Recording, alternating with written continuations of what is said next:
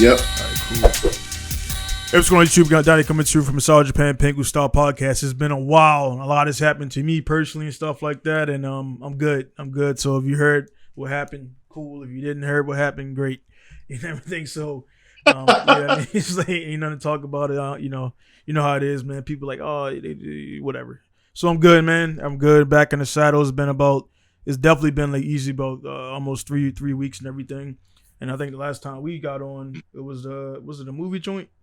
Or we did one. I can't remember, man. Yeah, I can't remember, man. I got so much shit that yeah. Dude, we know about it, yeah. No, last time we talked was the Black Dudes Drift recap. Oh yeah, it was the recap and everything. So, but yeah, man, what's been up with you, man? Before we get into it, yeah, got another one of them damn atmospheric rivers that's been hitting us. Oh yeah.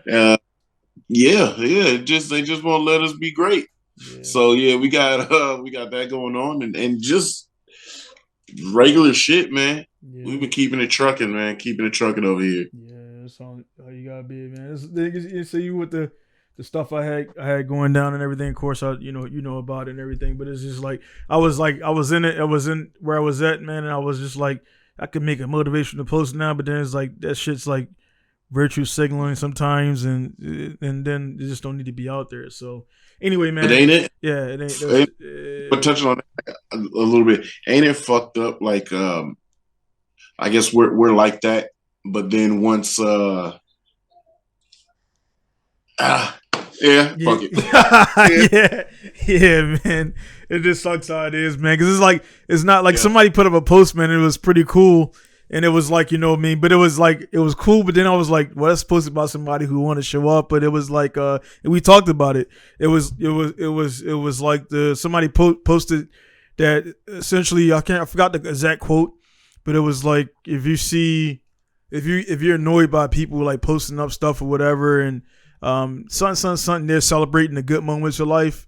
And we all connect. And that's, you know, the social media shit is like, dude, when you fucking sign up for the thing, man, you're signing up to say whatever you want within reason, and you'll also sign up to fucking read other people's shit, man. So if you don't want to be on it or see stuff, just go ahead and log off and shit. But but yeah, man, it was like, that was cool. You know what I mean? It was like, so it's like with the kids and everything, you want to show your kid your jailing doing good and the bikes, cars and everything. And I love it. You know what I mean? For me, I love it. I'm doing the same thing with my boys, man. So it's great to see stuff out there. Now there's a part of the internet, as you know, that it get all dark and dumb and all that shit, man. And it's like all that shit, they can stay over there, man. They can stay in a loser crowd. You know, you can be a loser online.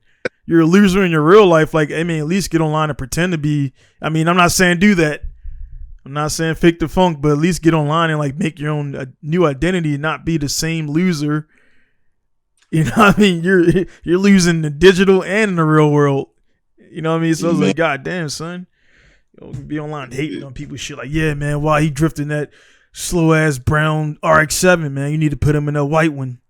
You know what I'm saying? Like, hey, it's good vibe only. You know, it's like, the fact that he can't, aside the fact that he's a kid, and aside the fact that I can do those things, people would.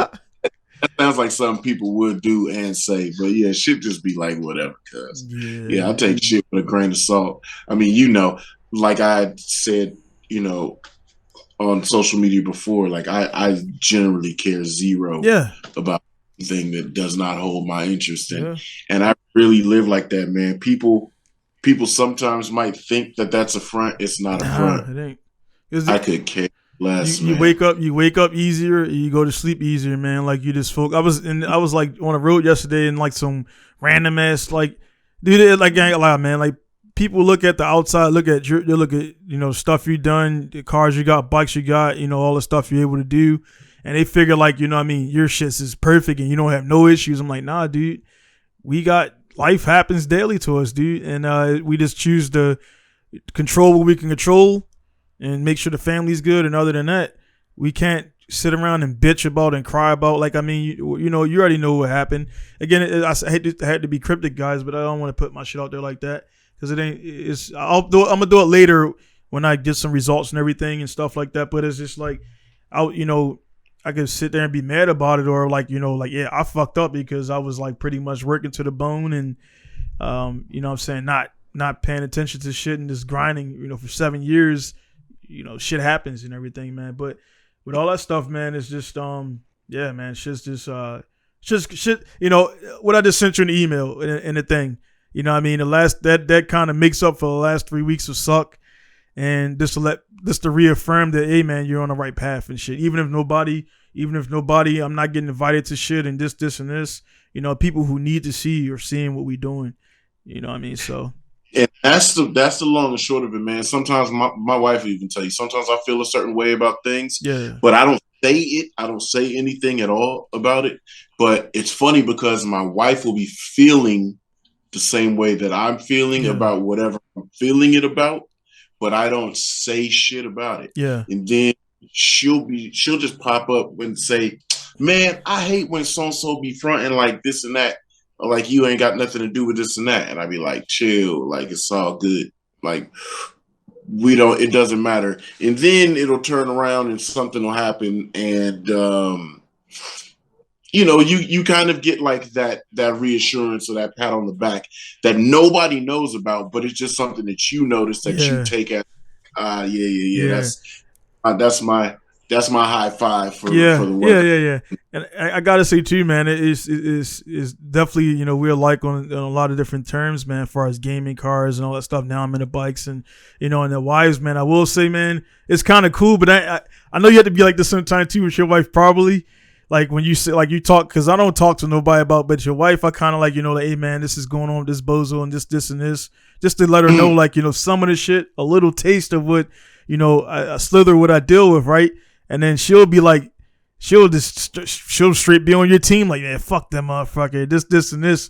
I'm like, when I see that, I'm like, all right, she's down, man. Because then I'm like, all right, man, chill. It's not that. She be going hard, like, now fuck this and this and this, and he a bitch and this. I'm like, dude, just relax. Yeah. It's like, it's hella funny because sometimes, like with my son or with some friends, sometimes, I feel like, am I going a little too hard? Yeah. Because I don't know. Like for me, I may not be able to hold other people to my standard. Right? Yeah. Hair, back hurting, knees hurting, neck hurting, eyes hurting, head hurting. I'm gonna get up in the day at the top of the morning. Yeah. I'm gonna do shit. I'm gonna go to work. I'm gonna get that shit done. I'm gonna sit back, watch the sunrise, smile, enjoy a clear blue sky. I'm gonna get shit done. It does not matter what's going on in my life. Yeah. I got the opportunity to get shit done, right? So when people bellyache or they do this or that, and I'll be like, man, tighten it up. Quit acting like a bitch. Yeah. You being, like, so sometimes I crack the whip and shit because in my head, I'm like, nobody knows how many hurdles I have, right? So then I don't let nobody know, or I don't show when I'm down. Sometimes I take that moment, that moment you pull up in front of your house after work or something. You just sit the family's inside, and you just sit there and give yourself quiet, minutes. No music sometimes. That shit is real. So then when I feel like sometimes, am I going too hard on people? So there's a couple situations where I look at my wife and be like, hey, yo, come here, check this out. This going on. Am I tripping? Like, honestly, tell me if I'm tripping, because sometimes you have to ask a woman. They have a whole different perspective on what they see when they look at the land. I can look at this shit and I see project because, in your head, same way that mine works, you damn near don't need a calendar. You've got projects lined up and you know how you're going to attack each and every one of them. There's 1,000 processes, but like 7 projects. Yeah. And you got in your head, right? And what sucks about that is I was explaining to her, 2 goes before the other one you can get to. You got to, that's what. And so you look at the land and that's how you see the landscape. It might be barren, desolate desert, but you see the project on this side, the project back there, the project over here. You see all that and you're getting to it. And I understand what I'm looking at. So when you ask a woman, hey, look at that piece of land over there. Do you see what I'm looking at? And if you haven't shared it your vision with her, or even if she don't know the process, she might say nah or whatever. But anyway, long story short, when certain people do things and I may react a certain way, and like I said, this even includes with my son, I refer it to my wife. Let me know what you think. She'd be like, "Oh, nah. That's complete. Cut. He tripping. They tripping. That's bullshit." Woo. And I'd just be like, "All right, cool." Because if a woman can look at it just at plain value and say, "Nah, your logic is sound," then I'd be like, "Okay, so it's laid out very easy for anybody to see." So when I start tripping or being stern on people, then I just be like, "Hey, that's just what it is. That's just how I feel about it. And it ain't personal, but you can feel however you feel about it." And I don't, again, once I'm over it, I don't care. Once I've said it, I don't care. And that's the best thing, man. I had a couple of conversations with a couple of guys in the last few weeks about just that. And they, a couple of them like, "Hey, man, like, one guy was asking me, he wanted to start a business and this and this, but he noticed, like, he noticed that I can feel a vibe of being around somebody who's probably talking shit or saying, hey, don't go to the shop." And he probably knows I knows, and he can feel their energy. And like I said before, you walk into a group of guys and you can just feel that before you walked into that group or whatever, there was like, some kind of shit being tossed around, but then they flip it. And there's only one guy talking and the rest of them are silent because they don't know what to say or do, whatever. They don't know if you know. And it's like, yeah, I know I can like beat all your ass or, talk to you. But it's like, it's not the fact that the fact that you blow it off and continue on about your day is a more bigger feat. Cause he's like, I acknowledge that you're a bitch. You know what I'm saying? But I'm going to continue on and stuff like that. So my biggest thing, because I know so much that be said about people behind their backs and shit. But then it'd be like, to me, my biggest thing is that I know that you know that you're inferior. Yeah.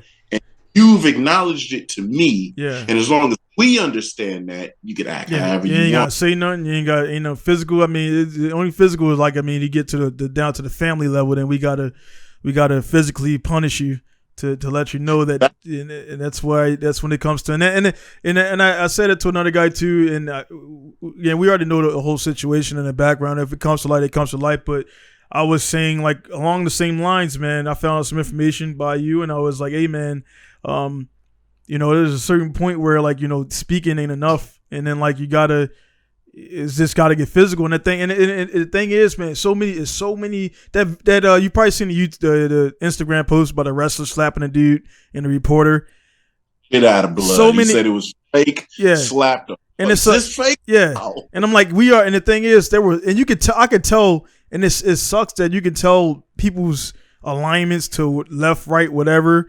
And how they live their life based on their response. All the dudes who was like, F yeah, this, and this, you know what I mean? Or the laughing emojis, they're like different kind of dudes. And then all the guys like, I would sue and I would do, like, as soon as the guy slaps you, like, you go in there and pretty much talk. I mean, and it was all kind of came like Vince McMahon set it all up and stuff like that, but the guy took it a little bit too far, blah, blah, blah. Right. But you coming into a locker room back then, they really, now the wrestling is different because it's all fucking the wrestlers going Logan Paul shit and talk about the match. And it's like, now we can see behind the third wall, or they call it the fourth wall or whatever, right? So now it's kind of like, yeah, we know it is, but it's a soap opera for dudes. But back then, they were really trying to push that shit like, hey, man, this shit is real. And the thing is, we know, yeah, the shit is scripted, but the fucking, the slams and that shit ain't fake. Like, well, I think that's what the dude was portraying. Oh yeah, for sure, and physical, right there. Yeah, and that was an open hand palm slap. So back in the 80s, or early, wherever that happened. Yeah, that was like the 80s. Everybody that saw that, man's understood what happened. Yeah. Hey, here comes this weenie. Hey, they say that this is fake. Yeah. Was that fake? Yeah. Was that fake? Instant fucking education. We're really hitting each other. We're really slamming, taking that damn story. Yes, there's a storyline. Physicality, this is real. You can't fake physicality. So that's what is a lot of stuff that that was the perfect. It just looks funny that this weenie dude and Cuz just starts slapping the shit out of him repeatedly. All right, we back. So yeah, like back then, you know, nowadays everybody looks at that and they're like, "Oh my God, we're gonna sue." But back then, everybody's like, "Whoop his ass and let's go to the bar." The thing is, I know you've seen this shit. Like I didn't. It's just funny how a lot of people never seen this before. And it's like, you know, the thing about like, yeah, I'm not, you know, yeah, constrain yourself, control yourself, whatever, blah, blah, blah. But that was a work inside of a dude just legitimately being pissed off, like he's been disrespected right to his face, like 10 inches from his face. He's like this little skinny dude. Like, hey, whatever you're doing is, you know what I mean, it's fake or whatever. Like, okay. But that's like the internet though, right? See, back then they have the internet. So he probably heard a lot of newspapers or reporters talking about how fake wrestling is, right? And so then he's coming in off of his high. They did their thing. They did their match. They had some fun. And now here comes this reporter asking what he probably sat back with all his friends. I wish they would ask me some shit like that. And then here comes dude asking some shit like that. Pow! Slap the daylights out of blood. Like 20, it's like over 1 million views on this joint, man. Unfortunately, I'm getting paid for it, but whatever. But yeah, man, I posted that as a. There's like I don't know, man. When I do a lot of stuff for business, I'm thinking like 5 steps ahead and everything. So like, not again. Some one guy he's like, man, you using assault to promote stuff. I'm like, well, you totally missed you didn't read the text. What I put right there. I'm using I'm using a funny video, honestly, of a dude being corrected on the spot by another dude. You know what I'm saying? And then the guy's like, pick on somebody his own size. I'm like, dude, I guarantee he had no problem with dudes his own size. Guaranteed he didn't, because he fucking fought him. He wrestled him. That's a weird thing to say too. Like, because that pick somebody your own size, it might be cool with everybody my own size. You might think it's a badass than my homeboys. Yeah. So no, we're not gonna pick on each other because we all rode it. We're already secure too. Yeah. It's generally always the dudes that are like that are less, you know, apt to even do physical stuff that warrant or try to bring on physical stuff. And then when the dude checks you, because it's so rare now, because everybody want to be in think we're in a kumbaya state. Dude, we're not. Like, we're literally a couple decisions away from World War III. Like, and the thing about that shit is it's gonna be fucking live streamed. Like, it ain't like Vietnam where they had to go over there, record it, live, because they were getting shot at too, get back over and edit it. That's a good fucking point, because so much went on, right? Yeah. Overseas, Vietnam, Korea, all of that shit went on over there. Yeah. What was sent back got to be looked over, then edited again, and then a quick clip put up on CNN or wherever the news site that they consumed it at. Yeah. But over there, the minute-to-minute real shit that was going on was mad violations, right? On both sides. You know, I was just about to say, we don't got to speak of a lot of stuff, but you and I both know there was a lot of shit that was done. Oh, yeah. From, you know, from not even combat zone things. There was a lot of shit that was done that was heinous. Now, we get to the 80s, the Gulf War. Now there's live coverage, a lot of live coverage, you know, but a lot of shit is off in the distance. Planes flying, dropping bombs, explosions. Looks like tanks over here. Looks like that over. You got to see that kind of combat zone. Then the 2000s. GoPros. Well, no, you know, we really had reporters running side by side with platoons, battalions, and all kind of shit going on. But then we had the internet. So you started to see a lot of rogue videos put up. There were those kinds of websites that you would go there and see, oh, that's real. Damn, I only seen shit like that in the movies. Damn, I thought this was fake. Damn, I thought that was fake. Damn, that's really how that looks. So now imagine if it was to break out this way. There are direct cameras right there, instantly uploaded. And as it's uploaded, as it's uploaded, whoever sees it, bro. You know what I mean? Whoever sees it, sees it. I mean, you know what's hilarious too, dog? How how everybody gets on Call of Duty and everything, and they want to be headshot sniper number one. Guys run and gun. There's no longer run and gun like that. The fools are running with sniper rifles, quick scope and cats, right? Boom, no scope, quick scope, all of that. But a lot of kids, a lot of people ain't of age to seeing the snipers really getting real life headshots, knocking our guys off. Yeah. You know what I'm saying? Our guys knocking their guys off. To see all that real world shit happening, like, people play a lot because everything is so close to reality on video games and the processes, at least. They feel like, they're kind of used to seeing shit, which I feel is kind of one of those weird things, man. My kid might be.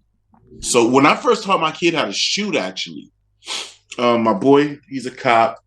He has his gun, his service gun, drops a mag. Fucking dud.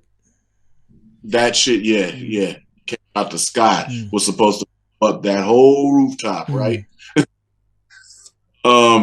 But yeah, so my son, anyway, long story short, he handles a gun. It really fires. It really kicks back and everything. But just so there's a screw in the barrel. There's a CO2 cartridge in a real magazine. When you pull the trigger, the CO2 blast hits the back of this laser pointer, and you can see your shot go on the thing. But he's handling a real gun. You know us, we would have seen our first real gun. We would have been like, damn. You feel the weight on it. Damn. Yeah, I remember the. My son's just like, whack, whack, whack. I'm like, shit. Yeah. And then the fact to shoot, I was like, oh God, let me keep all hammers. Yeah, I remember. Yeah, I remember the first time I seen a gun. It was like a revolver. It was I think it was a big fucking revolver. It was at his dude's his white kid's house, and he pulled that shit out. I was like, yeah, I'm gone. Like yeah. It's like I just like it was like, and the thing about it was just around that time where people were keeping guns in the house, and like it was because I seen the video in school, like the kid pull out the gun and like, hey man, check this out, and that bitch, yeah, and I was like, as soon as I seen it, I was like, yeah, I'm gone, dude. I went outside and he put it up like, yeah, you scared? I'm like, nah, like, yeah, I guess you could say that, but that was like around, I think if I recall, maybe 11, 12, 13. I think maybe 12, but yeah, he pulled that. At that time, that shit it was a huge fucking gun, dude. And it was a big ass 38 or something like, I don't know. It was a big revolver. He pulled that bitch out, and I'm pretty sure it was loaded. I was like, yeah. I was used to, we'd go up to our land, right? And I was so used to always seeing shotguns and rifles around. My grandfather always kept shotguns and rifles around. Right. We're out there on this big land, something happens. You call the police, might be an hour before they get there. So you have to handle you. Right. Oh, hell yeah. So, we always had guns around. We always shot. My grandfather always kept us with BB guns, sights, targets, go fire, go shoot all the bobcats, go do whatever, right? So we would always know how to shoot, but we easily always knew how to identify BB guns with real guns. Right. So anyway, we start going up there. My cousin come up there with us.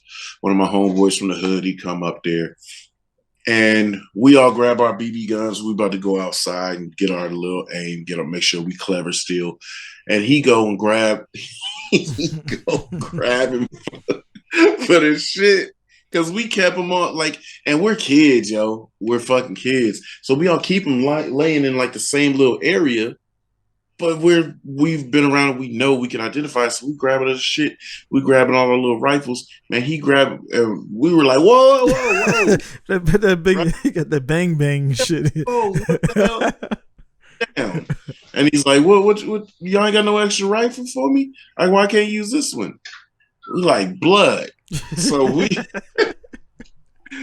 showing him like, yo, this is boom, BBs. Yeah. We like that one.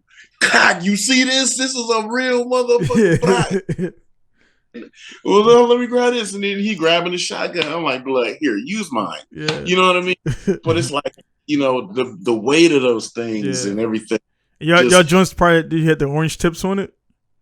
Hell no. No, our little rifles look real as shit. Okay. They real little. They weren't the little orange tip BB guns, look fake BB guns.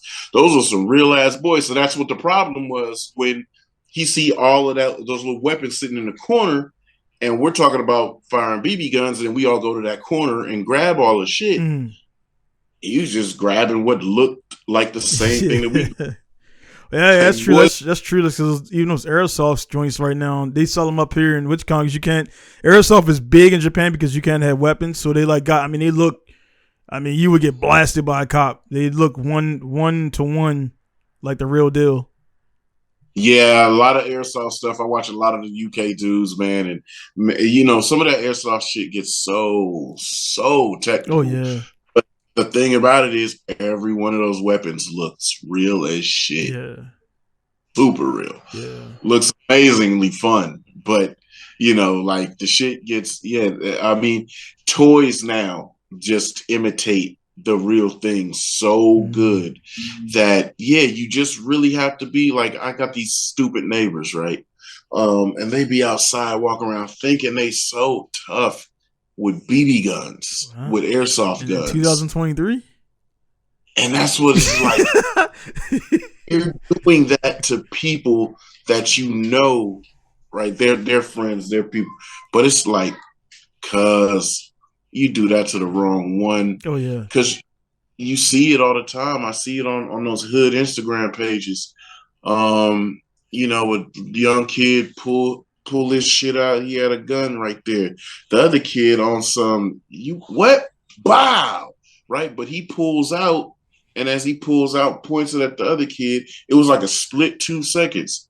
The other kid could have, moved and got it out the way, or at least, something, but he didn't do shit until dude pulled the trigger and he heard that it was a real gun. He's also hit, but you know what I'm saying? It's like, he probably was pump faking with a fake gun. And that's why he showed it and didn't pull it.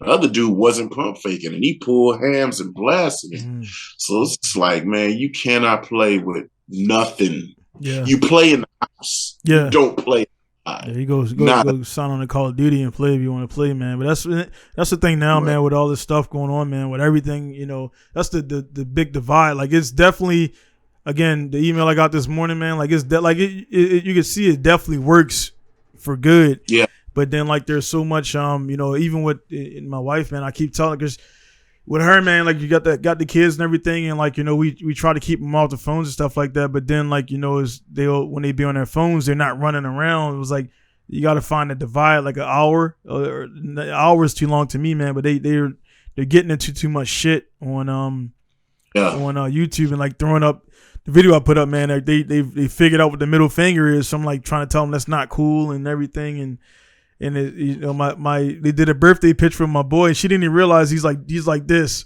in the picture. Doing this? Yeah. and a family picture she put up there and put all the stuff about. And I was like, did you see what he was doing? He's right in the middle and shit. And I'm like, fuck. She was like, take the picture, leave it up or whatever. But it looks like, to somebody looking out, it looks like that we're promoting that. And I'm like, that's not, what I mean? They're on these shorts and shit, and I can hear him in the background. I'm doing my after work. Is I hear the same fucking shit. I'm like, they just watching the same video like 30 times and shit. I'm like, man, go to the next video. Yeah, my daughter does that exactly. And that's there's a view every time, right? And so she'll keep watching it. I grab it, she go, what are you doing? And it'd be like some weird ass noise. A whole hour-long Peppa Pig video. Yeah. Here, look at this. Yeah. Because like what are they talking? I hear stuff, and my daughter's so fucking clever. They'll say something, and I'll hear it, and I'll look at her, and she be like this. I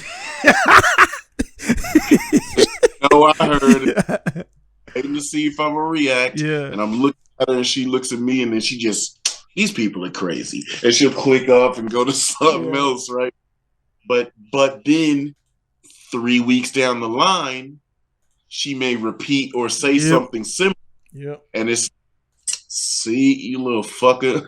You know what I mean? And tough, man, because you want them to kind of get the experience, like you want them to kind of get it, but you don't want them to be dictated by it. You don't want them to sway. Like that'll be like this shit now, where like I see it. It's crazy, man. Where it's like, dude, I'm about to be 40 in like next week or something like that, and it's we so like wrapped up in our stuff, man, that we realize like there's other ones coming up right now. Somebody been born today, and they coming up right now, man. And it's like I was I think it was Rogan or somebody podcast, and the dude like father was like a politician type or whatever, something like that, and his son was totally on the other side of the party, and he was like, well, how do you guys even coexist? And he was like, well, I respect he's a man. This like, to imagine like your own blood got influenced by, I mean, and the whole party stuff or whatever, blah blah blah, like that shit don't really, I'm not into it.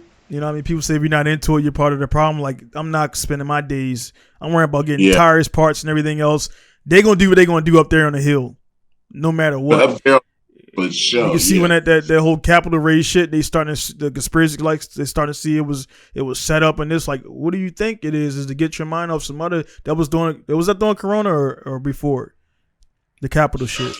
Yeah, it was during, so they're trying to do whatever the fuck they can do. The one dude in Texas who was that dude was a plant, and then they blew his body up, and then they found that dude was circling behind pillars and posts and picking off cops like in a candy store. Remember that shit? Oh, yeah, I know that. You can see that dude's footwork, the way he was pumping that gun. Hey, bro, that dude was a merc, dude. He and my homie are like, we dissect shit like this, right? We look and looked and looked, and you have been in combat with combat troops. Me and my boy looked at this and said, hey, there ain't no way on the face of this earth that these dudes should have, this guy ain't regular. Oh, no. The tactical way, the way he was running, shit. So look, there's this one portion, like before you even, I don't know if you're about to even play it or not, but look, there's this one portion. That shit disappeared. They should, but look, there's this one portion, and like I said, we dissected this video. There's a sidewalk, just to set the scene. There's a sidewalk. There's a street to his right. There's a building, and there's spaced pillars. Yeah. This guy is running down the sidewalk, and cops and guys are hiding behind the pillars. He moved from street side to the other side, and he shot at the wall. Yeah. Right on the other side of dude. Dude rolled the other way, and he wow. Yep. And like the precision as he's moving, you cannot tell me that was a regular person. And they be trying to sell these people as like, that video is gone, man. It's gotta be gone. That video is gone, dude. If you just find more and more, and it's like there ain't no way. There's no way that this was regular. It's crazy. They car park. No. Yeah. He's somewhere still on active duty. But yeah, shit gets crazy, bro. And those kinds of things are just, we see too much. But if you do get the time to actually look at it and not be too shocked and break stuff down, you can be like, bro, hey. When I watched it the first time, I'm like, they're looking at the way he was circling, and then again when that again, everybody who's seen, there was probably SEER instructors or PJ or Navy guys like, holy fuck, who trained that dude, because when he shot, I'm like, bro, you're using a fucking live projectile to get a guy, because he know his training is lacking, and what he's gonna do. He shot this side of the pillar and then waited for him, like, okay, I got you. It wasn't like as we're doing the play-by-play. Yeah. As he was moving, he's going and he's moving. Just imagine this guy's going quick pace, and he sees this fool high behind the pillar, walking, and he goes, pow, pow, because he shot over here. Dude rolled out, pow, and he had a shot. Just the way he was holding the gun, up and down with it. Yeah. He threw that shot there straight up, and that shit hit dude either here or his head, and it was crazy. You can't say that's just like regular people, but it's like my bad for the guys watching and listening. We're not promoting violence. I know a lot. I got family cops. I got really good friend cops. What we're saying is the shit is bigger than what you think it is. Overall, is so shocking when you see it. You can kind of be like, "Holy crap, they did this," or "Holy crap, they did that." It's not a movie. It's not a movie either. Yeah, and they showed you, and then they can pull it down, and you'd be like, "Oh, well, I think I remember it is." But for those of us to see it, like you posted your kid doing a jump, and I looked at that thing like 70 times. I looked at almost on the seat bounce and went wrong going over the handlebars because he did. He did. He crashed twice, and I was like, I heard loose. Yeah. And he was just sitting there. Yeah, and that revving actually made the bike like kind of go down. Yeah. I watched. I analyzed it like that, right? Yeah. I look. Like, you better stand your ass up next time. Yeah, it's like just put a little bit of pressure on the pegs, but that's what it's like. Yeah. I look at anytime I see anything of interest, like Justin, he sent me a video of Jackson driving, and I look at it and I'm like, I look at it at first, it's like the grin. Oh, that's dope. And then it's like, okay, well, let me look at this and none of that.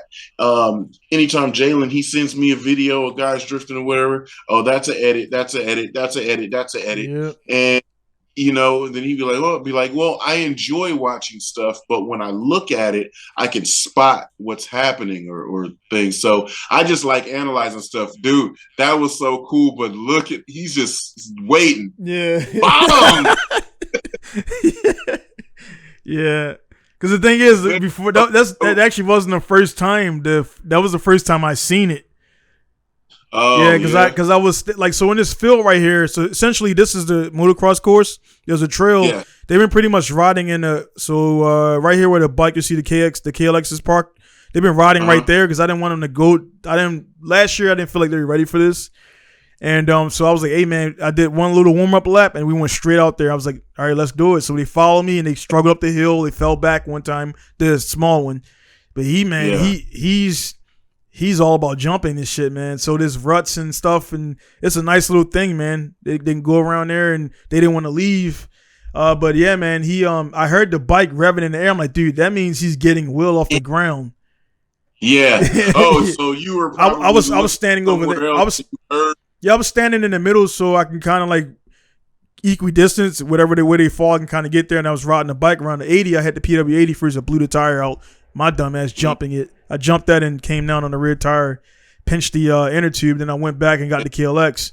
But I was standing in the middle, so if they fall over there, I can go over there. It was about, if you walk around there, it's about a good, like, walking, probably 10-minute walk. If you walk around it, but on a bike, you go around quick. But, yeah, I was standing, I kept hearing the bike. Like, I'm like, he's fucking getting air, dude. And I ran over there, and I seen him, like, in the air. And then when he seen me over there, of course, he got a little shock, so I would head down the hill right there. I was actually behind a tree. He didn't see me. And he just I'm like, oh, shit, he's going to do it. And he just ripped that shit. And I'm like, all right, dude. Well, then we came back. I was like, dude, you got to stand up, man. And so I had my Japanese buddy kid tell him, like, what to do. And he was standing up the next time. Because I'm like, you could have went like this.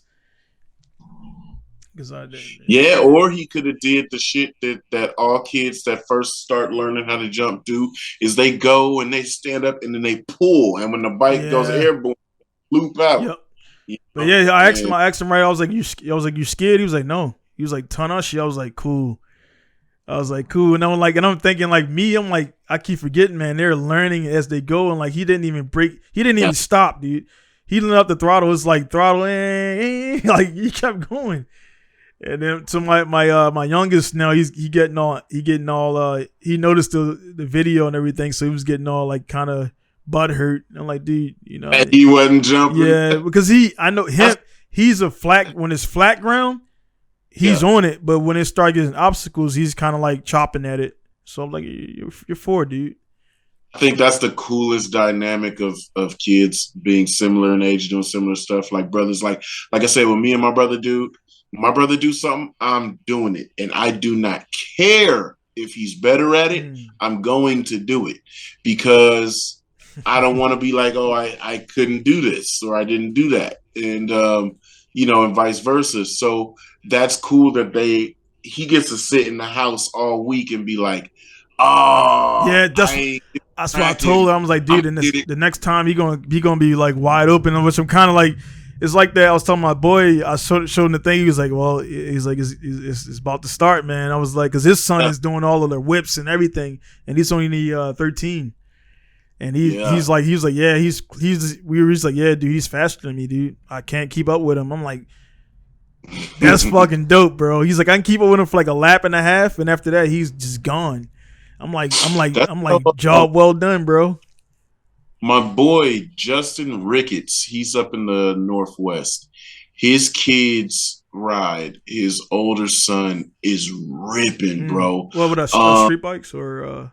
Oh no, motocross, okay. Motocross, and he's doing fantastic, and it's cool as hell to like see that because us as fathers, we're introducing what we like to our kids, right? Yeah. And it's just planting the seed. You water it a little bit. Right. If they like it, cool. Keep rocking. I got you. If you don't, cool, but still kind of do it a little bit, But man, his sons are doing good. And his youngest son's looking at his older son ripping, and he wants to rip like his big brother. Yeah. So it's so tight to see that. The father and son joint right here. This is the dude that's pretty much been my mentor, man. He's sold me all the bikes and got me into it. Like, so he's yeah, it's dope to see. You technically don't really see Suzuki RMs too much. Oh no, I got the when we did the podcast with Shamar. I posted about that, and then like I was like, hey man, what you got? He's like, I got this CR 135, which actually I sold back to him because like I said, that bike was straight race, and I felt more comfortable in the 4 strokes. So he bought it back from me. It was pretty much just like a long rental. And but yeah, what James does, man, he like this RM125 like built to the gills, dude, and he's selling it for $3,000. Like, oh really? Knew everything, and like what he does, he gets a bike, he builds it from the frame up and rides it like a couple of times and puts it up for sale. And but also about the RMZ, Ken Roxon, he won Suzuki's first race in like over like 5 years last week, and he's on a kickstart, so everybody's giving him a shit. He's the only guy in the whole field, the whole stadium with a kickstart. And oh really? And, because the RMZ 450, pretty much they stopped developing it back in like 2009, 10, 11. So they begin. Yeah. So it's like the runt now of the motocross supercross. But he put that bitch on the podium. Like, so yeah, it's the bike, but it ain't the bike. You know what I'm saying? Like, it's the rider. And so like now there's no excuse for a guy put a bike on a podium that has a kickstart that hasn't been updated since 2010. Right, yeah. So it's, that kind of shit though, that spurred rolling down the hill right there. Shit. Yeah, that spurs some of the greatest situations. Like the reason Valentino Rossi's so legendary is simply because everybody didn't honor his skill. They said it's your bike, it's Honda. The bike is too dominant. Anybody can win on it. He said, fine, you win on that. What's the hardest bike? Yamaha. I'm going over there. Yamaha was broken. They weren't looking in the future in MotoGP. They were pulling out. When Rossi walked up and said, I want to ride for you, they literally were only going to offer him 3 rides. Literally, the 3 events that were coming up at the beginning of the season, that was it. That's all they had funding for. That was all the marbles in the basket. That bike was known to like really fuck people up. Everybody was scared to ride it. Well, like, was it too fast or just not stable? Too much, too soon, and too little, essentially. Too much power, too fast, and too little of frame and suspension and chassis. technology. So you seen the bike. It was really fast, but it was not rideable.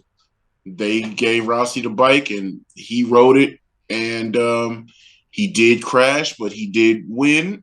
And then it just got to the point where, like, oh shit, he could win on this. Then he won on it again and won on it again, and then that's where the legend starts. But it starts because people doubt your talents on things, and like you're saying with homie with the RMZ. It's just bro. I can ride this. Right, and when he was already, for guys who know motocross, don't know, he was already with Suzuki previously. But you know, I'm learning like the bike, but this the team, like the Star Yamaha with the Deegan kid. It's the program that really. And he was with so they fold 2-3 years, and then money runs out, fold. So the bike stays the same, but it's like Suzuki with this guy, Suzuki with that guy. So now he's on a different team, which is like Suzuki Twisted T, HEP Motorsports, and they're like they got more money and from Progressive and everything. So he got the Red Bull thing. So he's not Suzuki Twisted T. He's Suzuki Progressive. Politics and all that shit like that, and he's one of the top. No, that's really how it works. Like you look, so you would have the monster Yamaha team, right? That was the factory team. Then you had Petronas SRT. Even though Rossi rode on Petronas SRT, they were a satellite team. Right. Now, how does MotoGP allows a team to ride the year behind and the current model bike. So that allows satellite teams that don't get factory backing to use older technology that they can afford. Right. Because these are $7 million bikes. So you're really getting into the mix. Yeah, you could be a man amongst men. But which all of them are. Right. Yeah, they're man amongst men. Yeah. But if you're not on that factory bike, that does not mean that you're not a great rider. That just means that you do not have the best equipment. You're doing the best that you can do with it, but dude is doing the best that he could do with it with the best, like, you know, and it's the team as you see in motocross. It's really the team. It's the engineers. It's the mechanics. It's these guys that can get the information from you, put it onto the bike, make it work, and send you back out on it, and then it shows a result. So that's just how that shit works. And it's like that with Formula One. It's like that, you know, you look at the Haas teams. It's not gonna be thought amongst the pit to be top tier, but hey, man, if you could push a result, you could push a result. Yeah, you know, that's one thing. I'm you know, again, it's crazy, man. Like, it's crazy that one podcast with Shamar and you, man, it kind of set the course of the last 2 years for me getting into bike, because it probably wouldn't have. It's crazy. I mean, I didn't have a single bike into that podcast like a week after that. Yeah. But and then getting into all that stuff, man, and it's like crazy to see, like, people just accept like I see a lot of the riders, and they just like they're grateful for a 15th. Like, they're grateful for it. I'm like, what the fuck, bro? I'm like, dude, y'all all jumping the same shit. It's like the military too. Like, for example, the pay grade, Army, Air Force, Marines, blah blah blah. E1 is an E1. Only thing that changes that shit is if you're overseas, you get like $200 more to offset the cost. If you're married, you get a couple more bucks to offset the cost. But E1 gets paid the same in all branches. E5 get paid the same in all branches. They're doing motocross down the track. They're all jumping the same shit. They all got the same opportunity to fucking die. You know what I'm saying?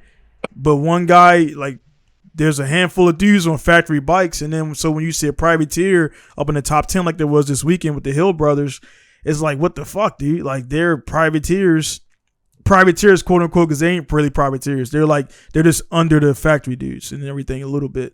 So I know this is the same thing with GP, where there's like, yeah, you're not the top factory guy, but your shit is just as good. Then there's another level where the dudes are rocking up with a stock bike. Those are the ones where they get in top 10s. It's like, what the fuck, dude? What's really going on? You know what I mean? Yeah. That's like, do you watch Drive to Survive, or I forget what it is? It's the Netflix shit for F1. Yeah. That's what I learned. I'm like, I thought they were all like, yeah. I was like, holy shit. Yeah. You got guys that's fighting to make a point. just to score an actual point on the. And I'm tripping off of as the dudes where I'm thinking this is an FDD petitioning in or getting like their dad. I'm like, oh, that's really going on like that in F1. Like the dude dad got money, so he big business. He gets a seat. Like okay, then but then you see what comes of that is everybody like scopes at him and laugh. Like, and granted, he's a badass driver compared to other people, but it's like in that realm, you're just like you paid your way to get that seat, and like nobody's gonna respect you until you put down results. You got to put down results. You got to put down results that's respected and consistently. Like everybody in front of you can crash out and you can get a podium. But nah, if you make a pass, you beat somebody down in a brilliant maneuver, you hold them off and this and that. If a cat respects it, they respect it. Like what I've been learning doing the Speed SF stuff, it's like I've always second guess and doubt myself. Always. Oh yeah, I'm bringing that up. Always. It's just me. I'm in my head. If it did not feel perfect, it was not perfect. I want to be perfect. I strive to be perfect. And unfortunately, I do things just good enough for people to be like, oh, he got something. Yeah, that's crazy. I'm like a different, like which one's real, which one's VR. It's like that's what we on now. It's like, oh no, that's the real shit right there. That's the VR shit right there. Y'all looking at? Yeah, dog. And it's like I put in so much time at this shit and going in on my craft, but dog, I'm my hardest critic. So when I drove my boys ISF, and I have no clue what's fast. What engine's in that one? The ISF has I think it's a 3Z. Is it a 3Z? Oh yeah, okay, that's right. Yeah, 3Z. That's right. Yeah. It's V8. Yeah. But I have no clue what's actually 2UR. It's a 2UR. Even it's like the more refined. Yeah, it's a 5.0. Yeah, 2UR should be a V6. No, V8. Really? So the 2UR is a successor of the UZ of the Yeah. Bro, I'm thinking about 2GR is I got a 2GR from my MR2 someday. I'll get to it, but 2GR is a 6. 2UR GSE, naturally aspirated 5.0 V8. And 32 valve quad cam, standard Japanese shit, right? Yeah. Phenomenal. Balance. So phenomenal, bro. As I'm in the car obsessing over hearing this engine, like, you just get it's a sound, it's that, whoa, I want to hear that. When I hear that, that's when I'm pulling the paddle. And I was boogieing, bro. Yeah. It was so good to drive. And then when I bring it in, he's like, hey, what time did you go? I'm like, I don't know. But he had the thing running. And I look at it and I'm like, oh, it was 122.9. And he, bruh, my personal best is a 121 something. I say, word? Yeah. Like, yeah. And I did it in lap traffic, right? I was like, I had no idea. But it's like, but that's the thing. Like, you start to put forth results or you're showing people something that they can respect. So I'm not really from that world, even though this is where I started, but I went to drifting and I went to motorcycles and I went away from grip. But when I come back to this world and I'm putting something out that can be respected by the people in this world, then they're like, hey, I need you to be an instructor. Yeah. Oh shit, do I know how to instruct? But you know what I'm saying? It's just like you drive with your friends all the time. Like I drive with my friends when we go to track days. When we go to track days on the bikes, I ride with them. I don't care how much faster I am than them. I have fun riding in the group. And I never tear off on them by myself because I'm there to ride with my friends. If I go to track day by myself, I focus on it and I mash and I try to see what I can do. But I just have to think about it to myself. Hey, you're just driving with people that are your friends. Even though I don't know them, right. I'm going to treat friends. Hey, I'm responsible for y'all. let's go out here. I was playing around, showing them that you don't have to be afraid of the car losing grip. So and my bad. yeah, it's all good. And because I don't get much wet weather driving ever in California. So how slippery racetracks are because you guys don't shut down. You guys in the UK does not shut down tracks in rain. California, boy, weather forecast says raining.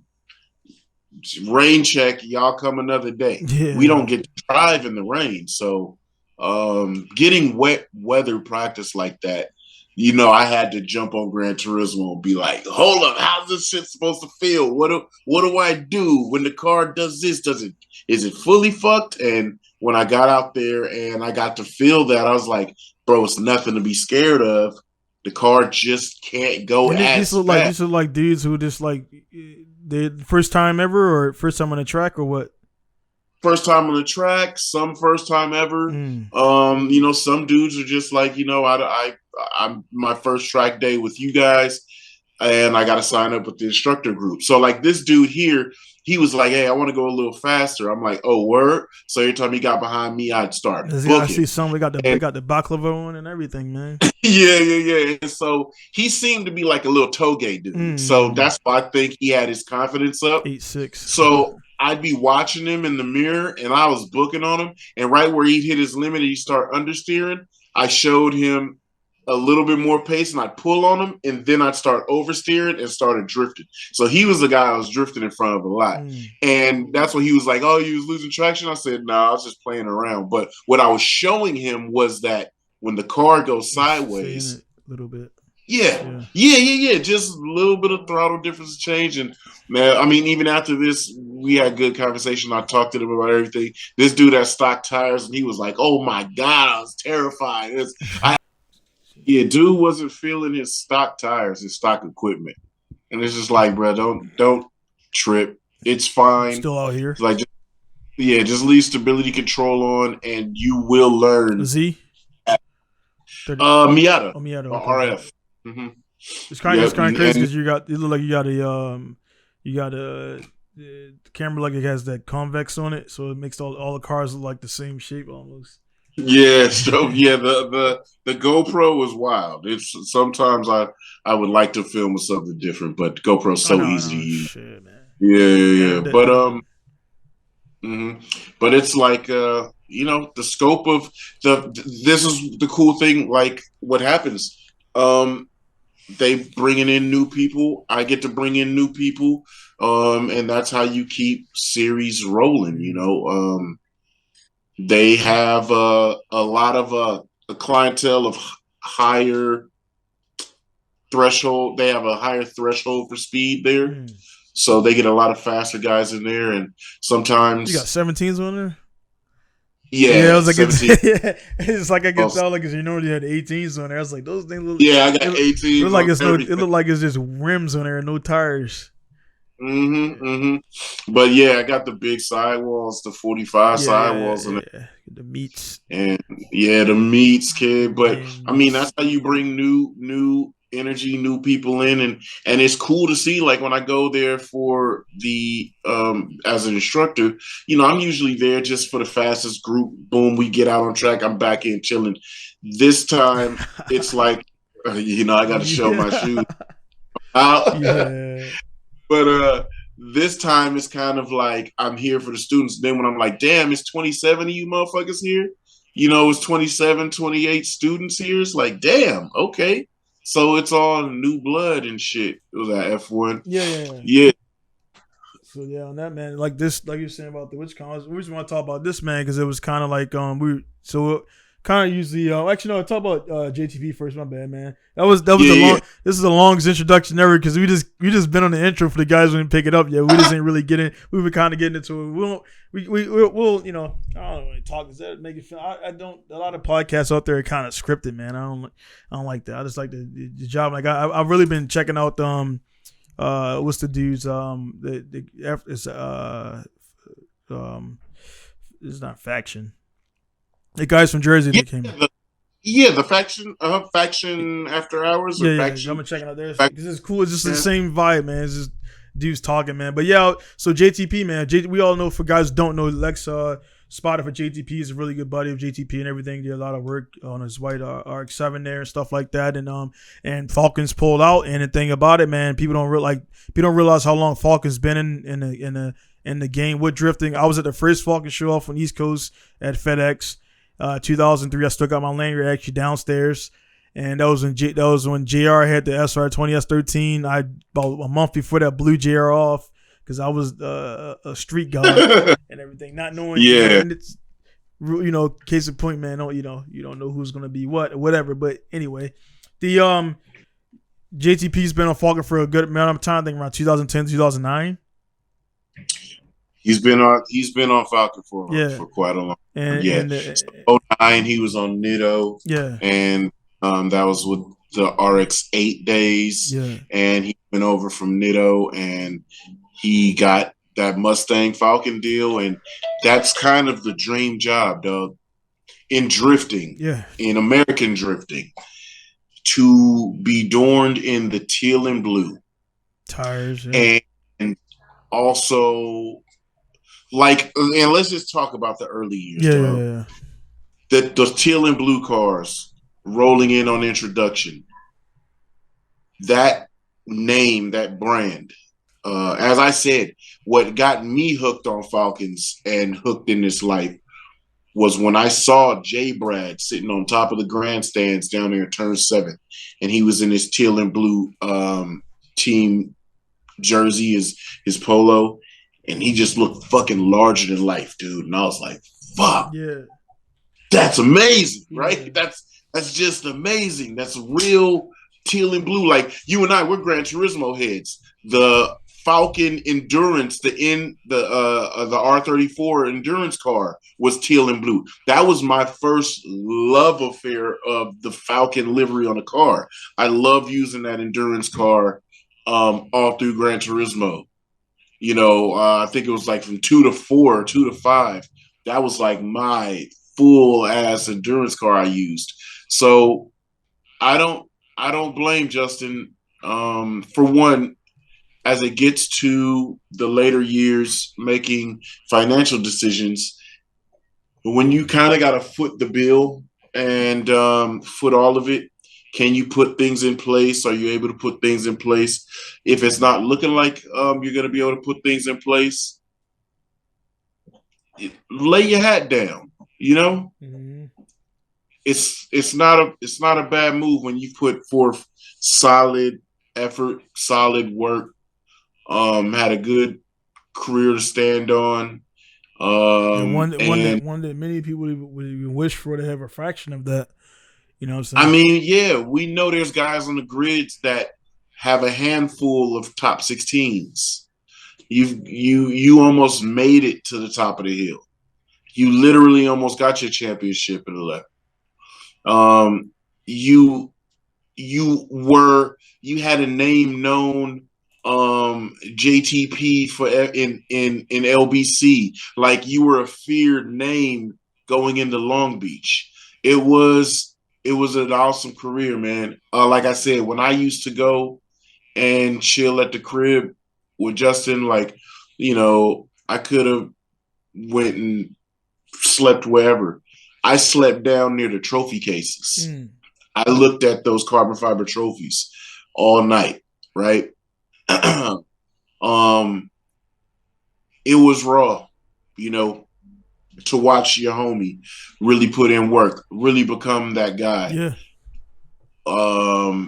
And have some wild incidents. There's been some incidents that ain't been spoke on, but you've seen some wild shit. I got to be a part of that, and it was crazy because I could have been enamored and starstruck, like, oh shit, we're part of Team Falcon. But I was there to do a specific type of job, and I stayed quiet and sat there, looked at what I need to look at, and operated how I need to operate. But dog, that was a high. That was a dope time frame that Justin had. And from 2004, the first cars that we saw was the RSR cars and the Alex. Falcon. Yep. Yeah, There you and the go, right there, Falcons. man. I remember when he went to the event. This was back when they were like there's Bryant, there was Falcon cars. It was Look at that shit. man. This was 2000 2003, man. And that's 0304. Yeah, we were this is at FedEx Field, and then like I won like first place in that thing with the time was it autocross and stuff like that. But that was Dido. There was East Coast cats in the Dido and those guys from Academics. Mischief. Yeah. So back then when the Cadillac had just came out, we were like, this dude's drifting the fucking was it CT? Yeah. It was like it was one of the first cats. Right. They gave him the car. They was like, hey man, go do your thing, and like that was so. This was back when Ryan goddamn, I forgot his name. He was driving that. No, this was Ryan something. He was driving the RX-7 there or the S15 or whatever. And GR, that was like his first year, not even a year in the Mustang there. It's crazy to see how that Mustang has gotten more. 05, 06. Ryan Hampton. Yeah. Yes. Hampton. Yeah, so all the OGs, man. So it was Chris Forsberg, the original Falcon. Yep. So Forsberg, Angelo, DA. JR. It was great to see. This is crazy. That's like maybe like 500 horsepower, maybe. Yeah, really not much power. But that was an amazing livery right there. Is that the blue and silver? Which one? Oh, okay. I thought that was Matt Martin. That was But anyway, for them to run so long. And it's great them to pull out. I knew it was coming.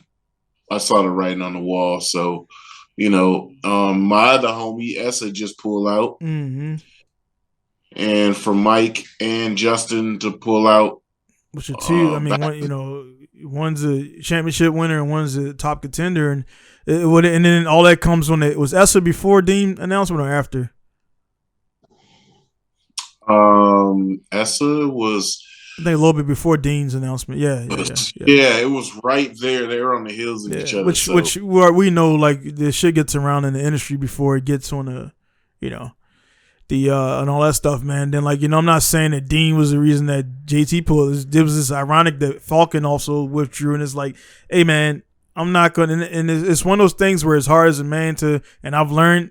Hey man, if you're not fully prepared or willing to do what you got to do, just don't show up, because then you got to make fucking excuses as to why the results were what they were. And it's like, I'm not gonna fly to Okinawa like I was gonna do 2 weeks ago before I had the shit go down. And it's like I go there, and it's good I wasn't there when all that stuff went down, but I go there and then I get a shitty performance, and I got that's $6,000, man. Bro, yeah, gone. Those are the bottom lines of this game. Yeah. Bottom lines of this game is not, hey, I'm a great person. Hey, I've got amazing intent. I am very talented. I just don't know how to put it together on track. Nobody gives a fuck about that. Nobody. I don't care. I have a clause that says ROI. What is my return on this investment? Yep. That's all I know. Can you meet that ROI? Cool, do it. Then we'll talk. Then we'll be friends later. Then, matter of fact, I'll come to the event and I'll take you out for drinks. But if you're not getting me a return on that, then that's when I look at the whole thing. Is this even a lucrative industry to be funding? That's how it happens sometimes. You get dudes that talk a great point and they will pull a sponsorship from nowhere. But they're not good drivers, and they don't let that sponsor get the fruits of their labor. And that sponsor will say, that cost us a ton of fucking money, and it was not worth it. We're not dealing with that world no more. Hitting the email, company-wide email to the whole marketing team. Everybody. We are not participating in any drifting, funding, nothing. Those shoes is blasted. It was funny is the whole joint with your shoes and everything. Like this dude was the same. Yet that when he would drive, like they got. I mean, obviously retired him after those, but we kind of ripped it out too, make a little bit of Hollywood there. But yeah, man, we doing some wild shit back. I'm actually trying to remaster this, and this is actually from my teen DVD back in like 2000 whatever, man. But what I was saying, man, case in point, like say with JTP, man, was the Falcon. They've been in there for a while, and that's crazy. They've been in there for years, and they've used that as a springboard to go into off road, and I know he's dealing with that and all the stuff. But then they looked at me like, hey, man, it was at one point that boom. And like even for everything, like the early 90s, 80s skateboard and everything, it was like that boom, and then now it's like it's winging off, and like we're not seeing those numbers. As a business owner, you can be like, hey man, pull out, because we're not the money we was getting, we ain't getting it no more, because now you got Valino, you got this guy, you got this, and people are with the tires, and I said it, and people I'm like, bro, I sell whatever I want to sell and use what I want to use, because that clause of being, unless you have JTP deal and guys like that, I have a reason to be loyal and represent your brand. But if you give me like 10% off, nah, son. You know what I'm saying? And that's the tough one, dude. Yeah. That's a tough one. And I suffer from that a lot. I'm very loyal to brands that I like. Yeah. I try to I really try to stand on it. But when it comes to a point in time where it's just like, am I being a fanboy? Mm-hmm. Is there something better? And is that something better going to work for me better? Right. And, but it takes a lot for us to be like, oh, yeah. I'm away from what I like and what I know. I'm dealing with it now, man, because it's like, I straight up, I like tuning Haltech more than Link. And, and Link comes down to like their customer service, the way you got to get things set up and things like that. And I'm dealing with a Super right now. Customer put it together. So there's some other stuff going on, but it's just the overall, even though Link is good, I have tuned them. I just prefer to tune Haltech. That's just, you got preferences and things like that. And all tuners, every tuner out there has a preference in what they will not touch. I will not touch AEM. I will not touch HKS FCon V Pro. Like, what I mean? That's just not, it's just, and in their own right, they work in their own right, but it's a particular setup and the tuner being like dialed into that. I don't want to learn shit on a car that I'm about to tune. You know what I'm saying? I want to be good to go. So I got 5 or 6 ECUs that I know inside out. But there's some other ones that's like, hey man, you got a little bit too much shit to get started. I mean, like Motec. Motec is for F1s and airplanes and different shit. You running around town in the Motec is like you're doing too much, man.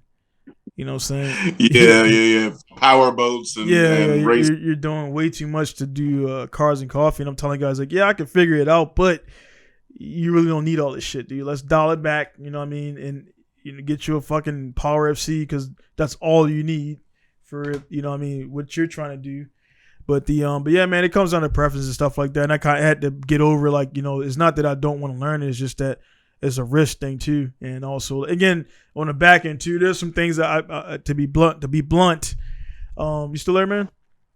Yep. All right, so to be blunt, like with Link, and it comes down to it, people like I don't like how you spend $1,200, $1,300 and they send you a fucking circuit board, and like now you got they'll send you're talking Jay-Z shit, huh? Well, all Jay-Z and all I've Evo, all of everyone that I've tuned on the G4, the G4X and the G4 Plus, I've never had a Link that was like already encased. Like they always had to be installed. So it's like, dude, I gotta install something after, I just spent $1,500 for it.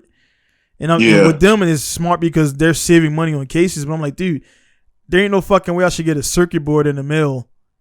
And I got to take all my old shit, put that in there, drill holes in it. And like, I'm like, that just doesn't. So that right there kills me. I mean, to be honest, it's something small, but it does. And the fact that, again, when it comes down to issues with it, when I hit up Haltech and stuff like that, just for example, man, business to business, like they always respond. They always give you more information than you need, even if you're not asking it, because I'm a dealer. Right. And the thing is, I'm an installer, tuner, but I didn't develop that software. I didn't develop that hardware. So I'm not gonna know every nuance of it, and you're not going to. But they're like, hey man, yeah, try this, do this, repin that, blah blah blah. All right, good to go. Awesome, man. And it's like money in the bank. You know what I mean? Customers happy. I'm happy. I learned some shit. And their product is good. And like I said, my first interaction with Link was just, to be blunt, was the dude talking down to me and shit. Like, oh, did you do this? Did you do that?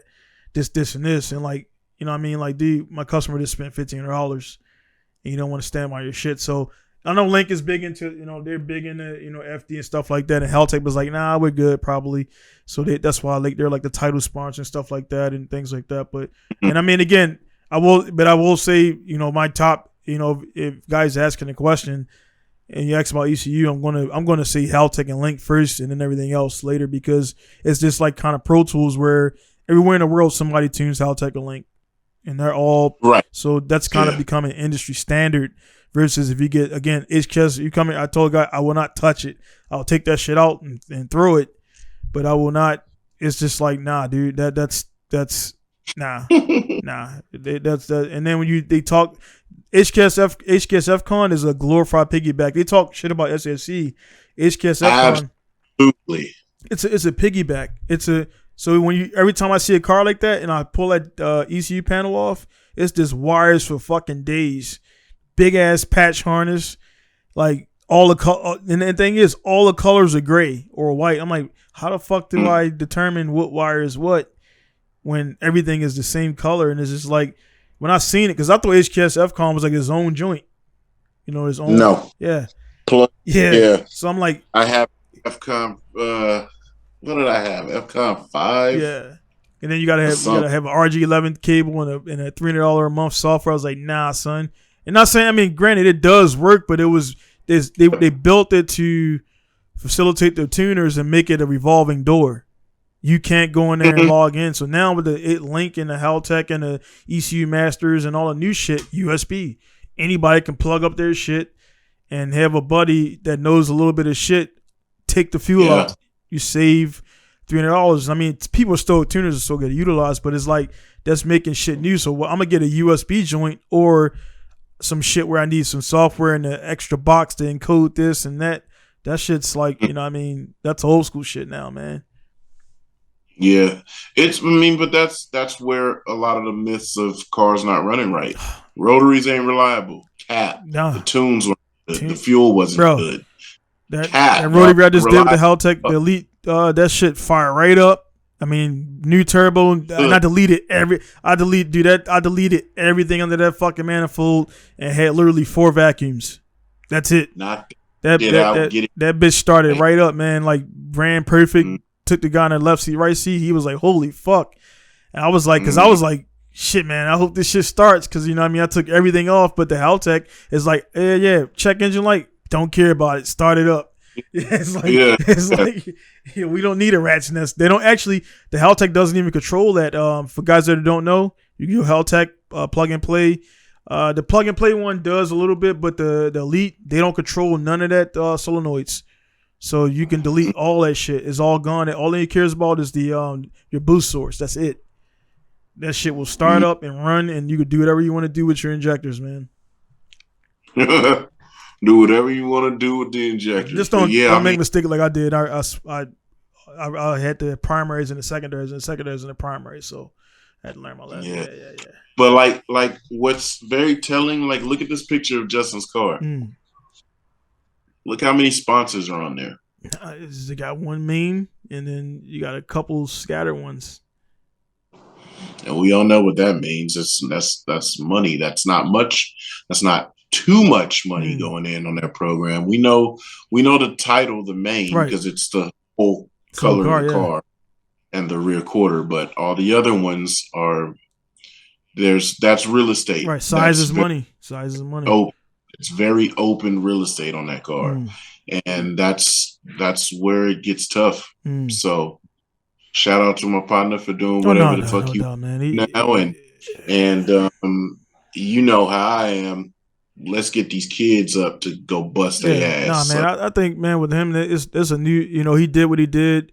And there's one thing too, man, where people, everybody wants to win, that's a no brainer, right? But it's like, he was a highly regarded guy, man, in FD. Like, he's one of the guys when you will bring his name when in JTP, everybody knows who JTP is. Like, you know what I'm saying? So at the end of the day, whatever happens is like, he's good. It's like, that's where you get to a point where now, like, I don't want to go to a joint and be an announcer. For example, I got asked by Robbie to do the FD Japan like this. So where Ken is at, I was asked first, but it's like, that'll put the message out there to people that I'm not a driver. Like, you know what I mean? I gave up on it. You know what I mean? I didn't get a chance to improve what I can do on the mainstream. Justin has multiple times over. We knows he's kind of like, calling motocross is like records and checkers type deal where he's going to fucking he's going to do what he want to do, and the results are going to, go where they're going to go at and everything. But, he's going to, when JTP is against somebody, it's going to be a wild battle. And that's what I liked about every time he drove, he did his thing. And then a lot of guys are there, they do that same bland ass line and they get those same bland ass results, and their name is the same. You know what I mean? Like, yeah, okay, you drift, but okay. But we know this dude. That's one thing. The motherfucker did throw down some style. Oh, yeah. Yeah, man. So that's a style. So if anything, that when your name is spoke on in the history books, a runner-up, 2011, a nice set style of drive, absolutely mentally loud Mustang, quiet dude, stern dude, but funny dude, and that's just that. I mean, a lot of our old guards are leaving the series, dude. I mean, the fact that Essa's gone, Essa's been out there forever, dog. Yeah, it's definitely this season is going to be because honestly, I could see.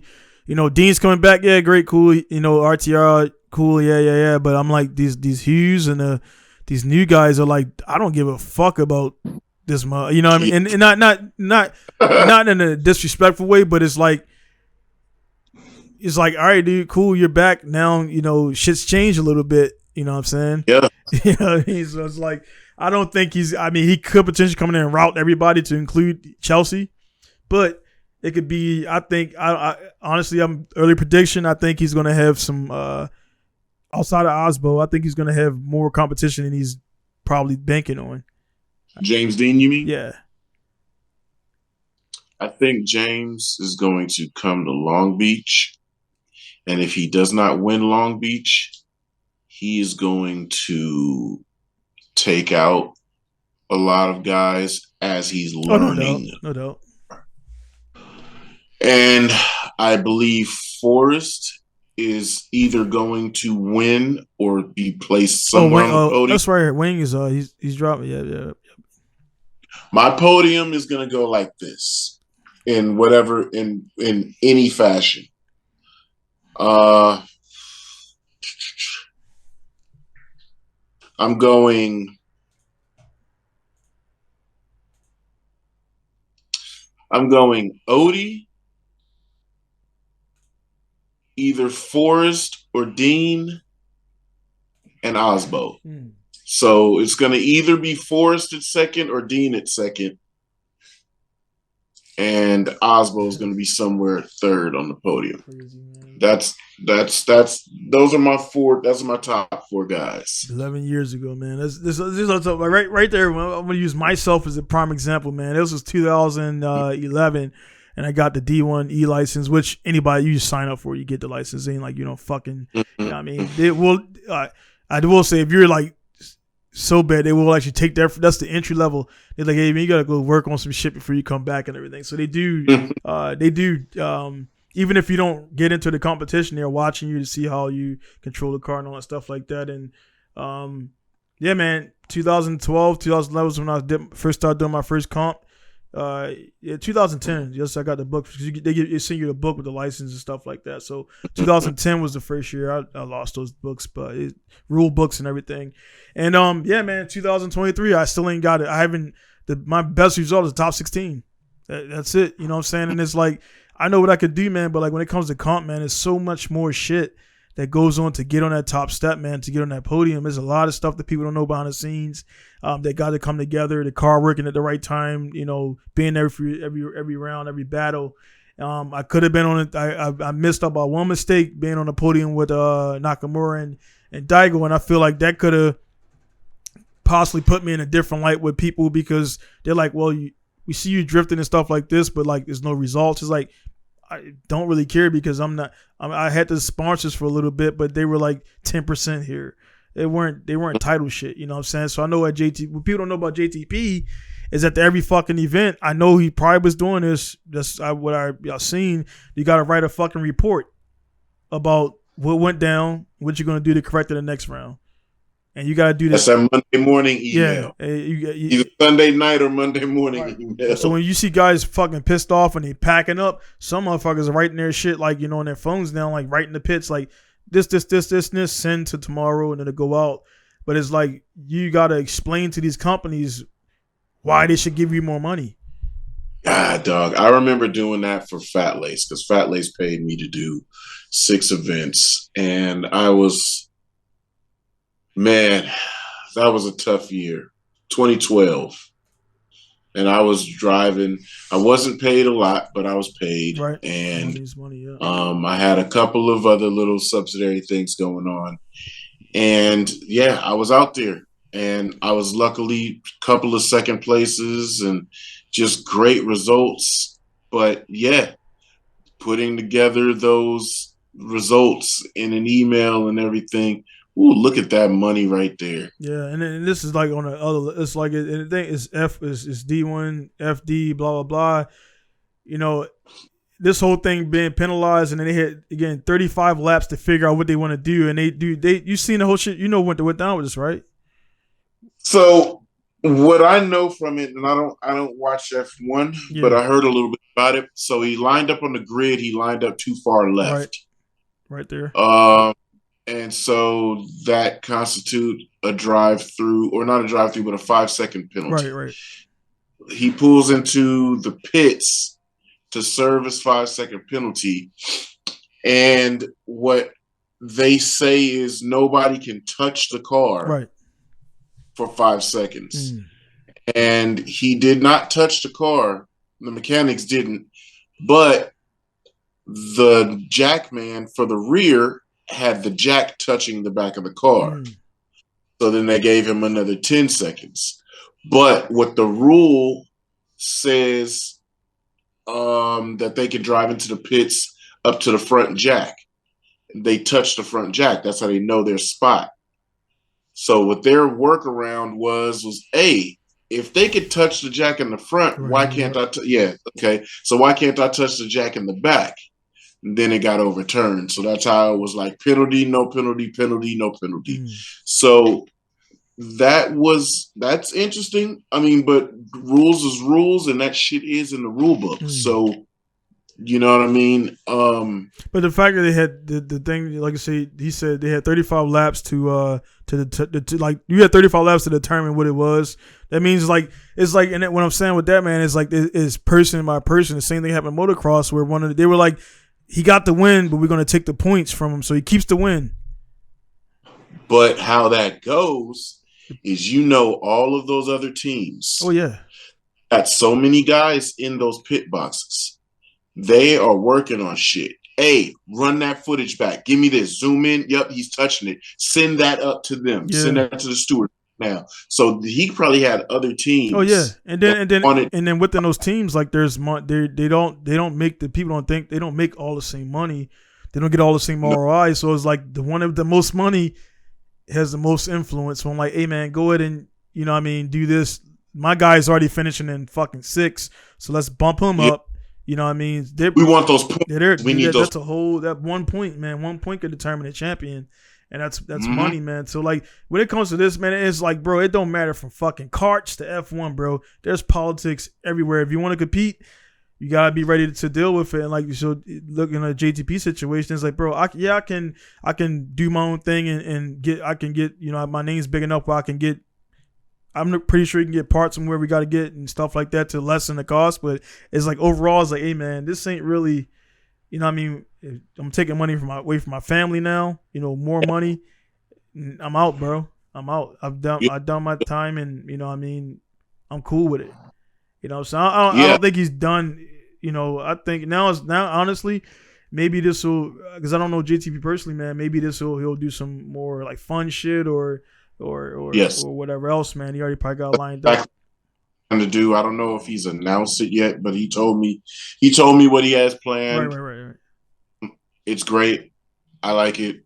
More power to him. God bless. Yeah. So that's the thing about it, man. You got dudes bargaining more with way less than JTP and guys would like to have. They do literally a figure eight and they want to get a fucking full $1 million contract to F1 and shit. Like, nah, dude, you got to go back to karts and put in some time. Like, pretty much 99% of those dudes do. Hamilton, you know what I mean? They struggle with his father and taking it. They like to see where he's at now and all that shit, man. They don't, it's not even being a black thing because there's some other guys that had issues too, but getting into those karts, not having the best equipment, his dad being a mechanic, this, and this, blah, blah, blah. And people overlook all that shit and they just see where you at right now today. And like, do you deserve it or not because you're wearing earrings or nose ring or whatever the fuck you want to wear? So since I don't watch F1, but now since I'm watching the thing on Netflix to see what was going on with Lewis and why he was having his bad results, the car change did not go over well, the porpoising situation, the fact that he was physically being hurt in the driver's seat because the car kept porpoising and bouncing like this down the straights, like that's G-force load impact on your spine. And he's like, dog, my back hurts. It's like I almost want to pull in and DNF because my spine is killing me. Like all of those things is like, see, for me, I just see headlines because I don't watch it. I don't know what was happening or what was going on. I don't have a horse in the race per se. Somebody just for Vettel or this guy, that guy. Yo, fuck Lewis. I'm glad he losing, blah, blah, blah, but they don't know why. The reason why his car redesign was terrible, they did not find a solution, and it just, things worked out the way they worked. But that's really cool to see, man, the insight on this stuff in F1, the money that's going down. You've got Schumacher's kid in there. First, there's all these people's next generation drivers from their families. They don't get it, man. Like he has more than enough money for his lifetime and kids or whatever, right? But it's like, Lewis, it's different, man. It's like when you get that much money and you still, it's like that's when people don't realize, like, it's not. Yeah, the money is, that's a when everybody's coming up and everything. Yeah, that's the thing. But once you get a certain amount, it's like, bro, I got different goals and stuff I want to do, and it's like he don't have to fucking do this, dude. Bro, we think about the money thing, right? We just look at the money thing, but when you're there, this is my life. Like me now, I'm doing this motorcycle shit, bro. I want to be good so bad. I want to be good. Like I sit and think about this shit. I sit and go over footage. I look at this. I want to do that shit so bad. And I'm just doing this on my own. Imagine being the top guy in the world 7-8 years running.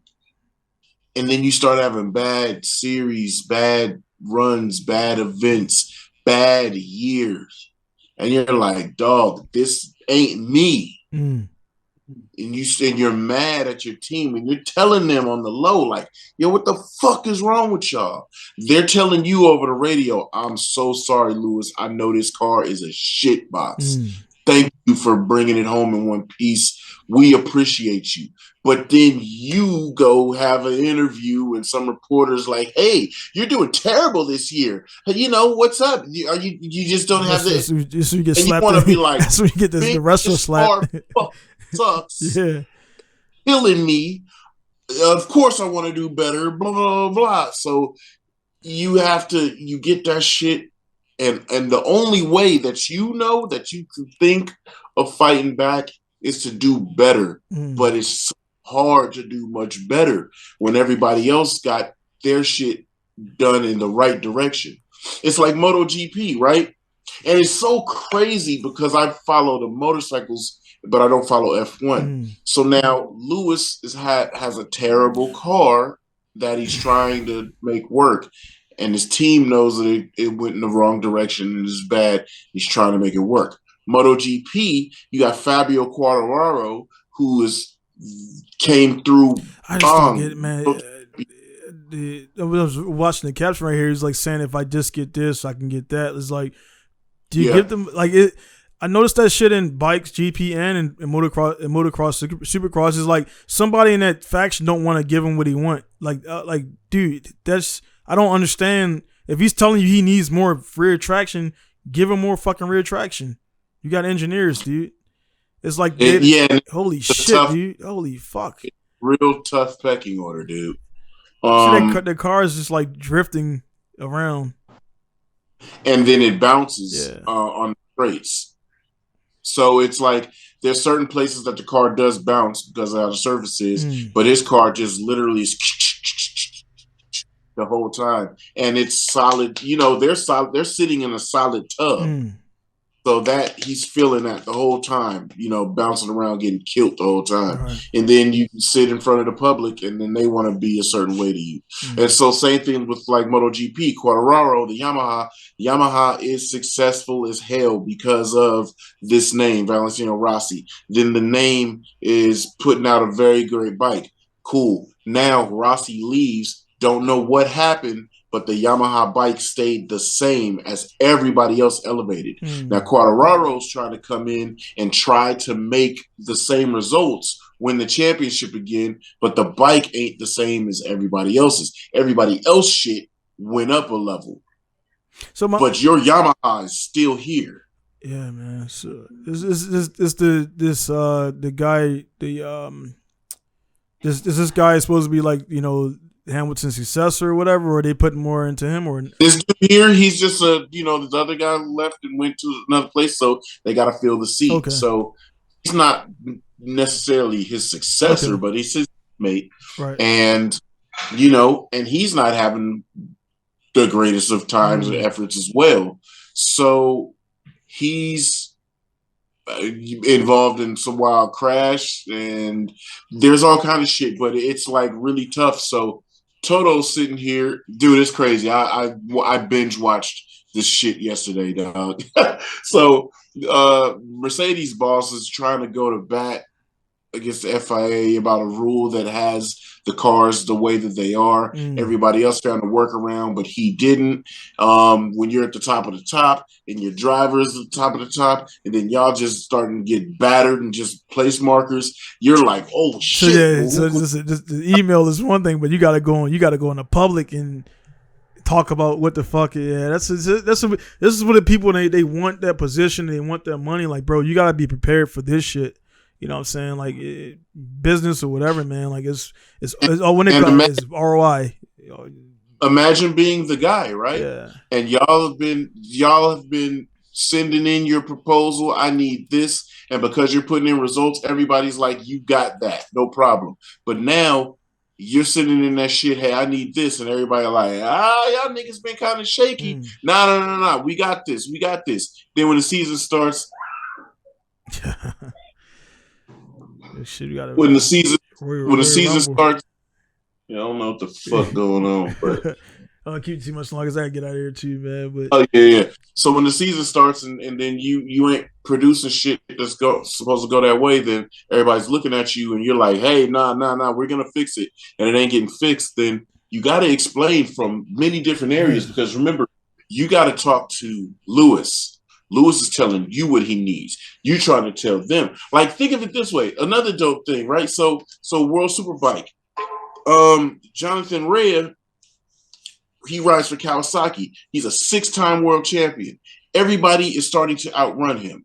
He's working his ass off. The Kawasaki is like the Mercedes of F1. The Kawasaki is the Mercedes of World Superbike. Now the Yamahas are up there. Now it's the Ducatis. So now the Kawasaki's is lower in the pecking order. They're like third in the pecking order. But they used to be the top of the top. It's the most expensive bike. It was all of the technology, this and that. So when Jonathan Rea is telling his engineers and everybody, I need 500 extra RPM on the top end. I need y'all to figure out when they're saying, he's telling them, I need 500 extra RPM on the top end. Right. And Give me that, because these guys are outrunning me. Find the power to put it wherever you need to put it, but I need it. And they're like, nah, we can't. And he's like, yeah. Can't make this bike rev to 16.5 and it's already revving to 16. Give me what I need. They're like, nah, we can't. But they're getting whooped and they're getting outran on the straights. And then the people that make the decisions, then they like, well, the people that make the decisions, then they're like, well, we need a little bit more top end. Go ahead and give them that top end. Now you're giving it to me mad late. We're super behind in the points in the championship race, and I don't even know if I got the good practice in, because that's what Fabio's in MotoGP. He's like, I need more power on the top end. See, the motorcycle guys, the thing is, they try to get more power up top because these other dudes, the Ducatis, these V4s, everybody, they're putting down power on the top end. I can come through the corner hella fast, neck and neck with the dude, but if we're coming to the last straightaway right in front of the checker flag, and this nigga can pull on me, come on, all that work for nothing. You know what I'm saying? So now Yamaha is like, yo, the new bike is great. Man, he goes out and tests on it and say, yo, this shit is ass. What did y'all do? Like, we got hella aero now. We got this and that and this. It felt more powerful, but it's not faster. They're like, we gave you everything we got. And they're testing. And on the last round, last hour testing, he said, put this bike back to 2022 specs. They did that shit. He went faster. Then they're like, oh, shit. Because they just re-engineered the wheel. They didn't give a new motor. They just did some tuning and this, that, suspension, chassis, blah, blah, blah. It's a better bike. All by the math, by the numbers, this should be a better bike. And he's like, dog, I'm riding this shit. It's not a better bike. So it's crazy how money goes into play, big corporate dollars and all of that shit. And it's really wild. If you look up MotoGP, one of one, or it's something like that. If you click on MotoGP's YouTube page, like just click on their account, you'll see they got a series that's going on. And Only One, I think it's called, or something like that. You'll see, scroll down, they got a series. Keep going. And that series, that right there, Only One. So yeah, it's like a Drive to Survive situation, bro. They give up the game, dude. That's because people, like, the thing is about that shit like that is, again, I keep bringing up motocross because each like the riders who got like their YouTube and stuff like that, you feel more. There's 40 riders out there, and if only 6 of those guys got a YouTube channel, everybody is like, you feel more invested into the rider. I mean, you're gonna go out to the track, you're gonna go, you even though you don't know them, it's anybody not utilizing social, like utilizing video, like, bro, you're missing out on money. They're missing out, and that's what MotoGP did. MotoGP's been missing out. They're too high. Like, nobody knows. They got helmets on too, so nobody knows. Yeah, don't know. It's like football, right? Yeah, football. You know Dion did because Dion was out there. He took his helmet off after he made his touchdown. You see my face. But that's how MotoGP is. And you look at that, and now the bikes are too far detached. They don't look nothing like this. I don't see what resembles my shit out there. They got wings and arrows and spoilers and guards and ducts and this and that. Nigga, what the fuck? And they're 300 horsepower. I can't even fathom riding that, right? But then you get to all of that, and then we need to make this so that this happens. So they've been behind a paywall. After the top names leave, Mark Marquez ain't riding much. Valentino Rossi. So, like, I don't even know. I'm pretty sure one of them is badass, but who's the? Oh, everybody's badass. That's the problem with being a MotoGP rider, so right? These are riders right here. Yeah. Just regular little homies, man, little horse jockeys. That's our Ducati. That's the champion that rides for Ducati. So. After the top names leave, you would never even like, they look like a regular ass Italian dude, maybe. But a god amongst men, you know what I'm saying? Like, that's just how that shit works. Like, Rossi was a taller figure. He had a little bit more flamboyancy and shit. But a lot of the new age cats, they come walking by you with a Yamaha hat on and a jacket. You just be like, oh, he bought merch. Yeah. You know what I'm saying? But anyway, so the long short of it is, you could be the back runner. You're the baddest motherfucker on the planet. I don't care if you come in 16th, 17th. You a bad fucking boy. So Ducati's like Ferrari. Yamaha's like damn, who is Yamaha like? Yamaha would be like, I want to say Mercedes, but not really, because KTM is kind of like Mercedes in MotoGP. KTM has a badass fucking bike. Then Honda is McLaren. You know, Honda's name goes. The two most expensive bikes on the grid is Ducati and Honda. Those are $7 million+ bikes. Yeah, I would imagine, like, you see out there in the car right there, you see some bozo going by and be like, this motherfucker on a motorcycle. Yeah, it's like, yeah, dude. It's like, okay, cool.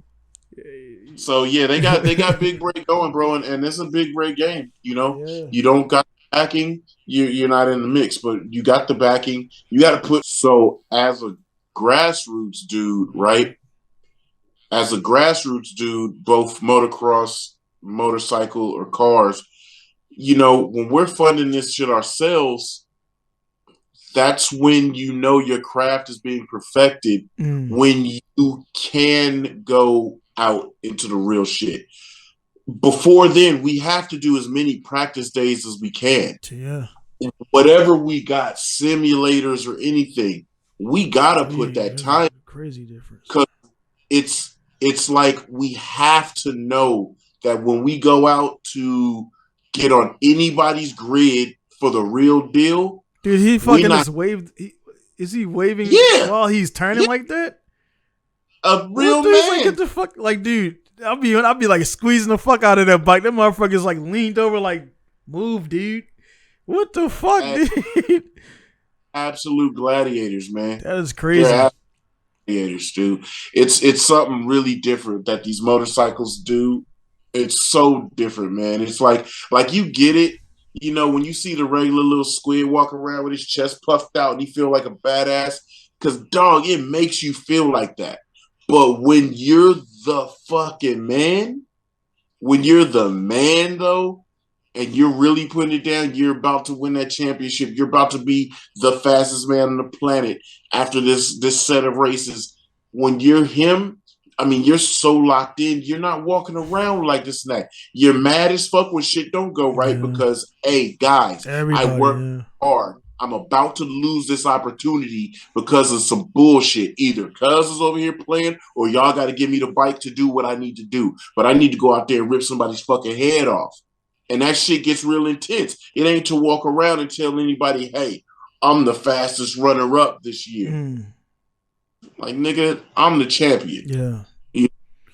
I put that work in, I put that grind in. So, you know, grassroots dudes, when we're putting in that simulator time and those kart track days or riding out on the farm or anything, it's putting in the time, putting in hours, man. I would say with that, man, like what you're explaining right there, man, is like, you know, me being here, having a shop, and everybody thinks like you got a shop, you just unlock the magic. I'm like, man, it's just as harder because you got to keep that going and doing stuff. Justin has his shop and everything. Essa got his shop, and all those guys got their shop. Like, so like they got their business, you know what I mean, which is being elevated by their results or even just like showing up or whatever. And, you know, like I was telling guys, like, I mean, honestly, what I'm going to do, you know, yeah, I can build a crazy car and this, and this, but like, can I maintain it? And that's the difference. I can cash out and spend. I mean, I've done, if you look at all the stuff on Wishcom, it's like a $40K build, which sounds like a shit ton of money, but that's a basic build.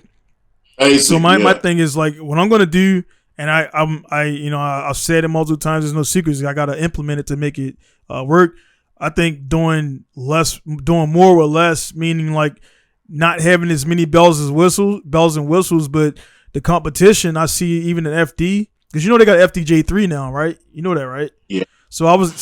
And that shit's like I looked at the rules and like, so they want you to spend the whole year $1,600 for every round, or you can do what's called you sign up for it, and if somebody doesn't show up, and calling time, you could jump in the slot. So that's what I'm probably going to do because I'm not going to do the whole series. So I'm going to do a couple rounds more close up to here. Nico, about 7 hours of saying closer. But I'm looking at dialing shit back because it's like if I could take 100 less horsepower and put all 580 to the or 600 to the ground versus the guy that has 800-900, but he's fucking driving like this, barely touching because he don't want to break shit. I'm like, there's a difference between. I think this is a good time, man, for me to get results because everybody else, to be honest, man, they got I call it like it is. They got this, they got bill at this, bill at that, blah blah blah, and they driving their car at 70% capacity because they don't want to break it, or two, they can't handle it. You know there's always a couple of those things, but nobody will ever tell you the truth. But you can see the results. It's like, bro, you're bullshit. Yeah. So, I mean, man, it's like me. I got a race next week. Oh no shit! And bike car. Running a race in the R3 at the track that I've been training at, but no practice time because it's just been wet. Yeah. But it's kind of like there's 4 rounds, and I just want to see where I'm at. Yeah. And this is my first year training like this, and again, I've yet to even touch my R1, but I do plan, depending on how everything is going to go, to do the new racer program on the R1, which is a race condition that they have later on in October. So I'm gonna do all that. So it's like I don't know what I'm in doing, but that's millions of dollars just got sent up the fucking road. So when are they allowed to re-engage, or they just sit? That's it. You do not start that engine up because as long they don't know if that bike is damaged. They only have 2 engines per season. So you don't know if that engine's damaged. We are not refiring that engine. Bring it back. We take the whole bike apart. We salvage whatever we can, clean it up. Bro. How many laps these guys doing per? I really want to start checking this out. 25 or 28. So just Okay. I mean, that's work. Oh yeah. I'm not my bad. I don't want to say like that's it, but I thought it was like because I'm thinking like NASCAR and F1 they do like fucking 50. But there's no pit stops. Right. This is it. They fill the gas tanks with enough fuel to do those laps.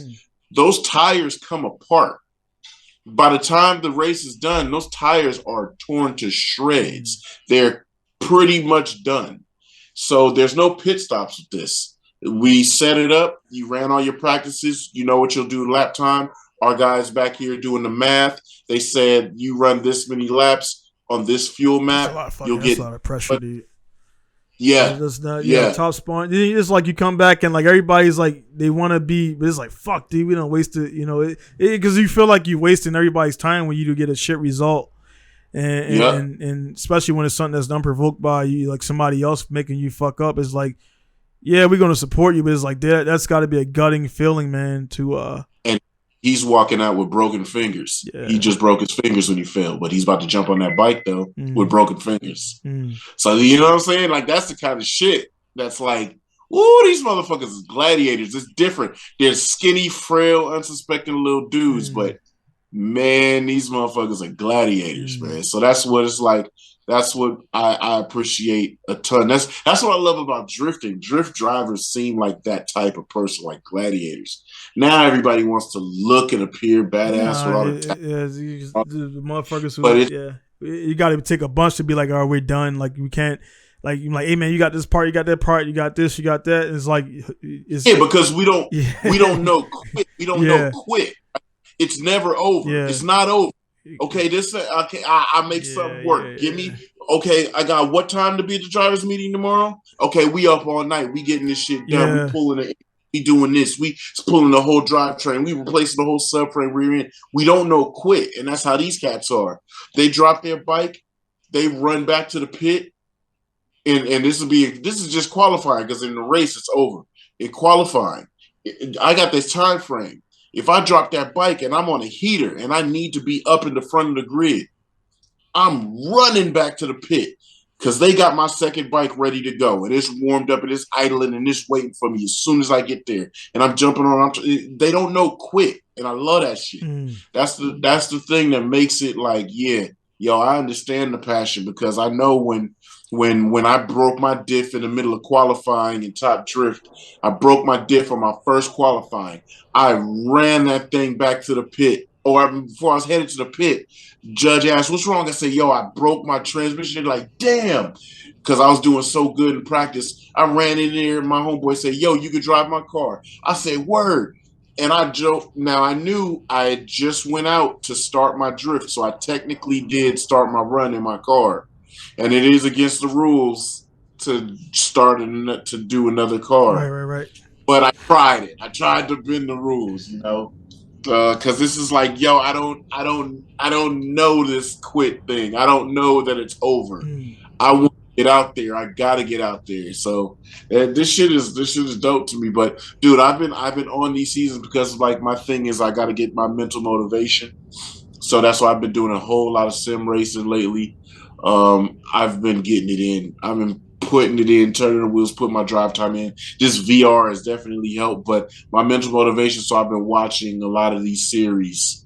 That's how I've went and jumped on the Netflix shit, because it's like I gotta watch the behind the workings. Like, we know how the races end up. I like to know, because I've been behind the scenes on a lot of things. I like to know how the behind the scenes works. I want to know how dudes are in their brain, in their minds.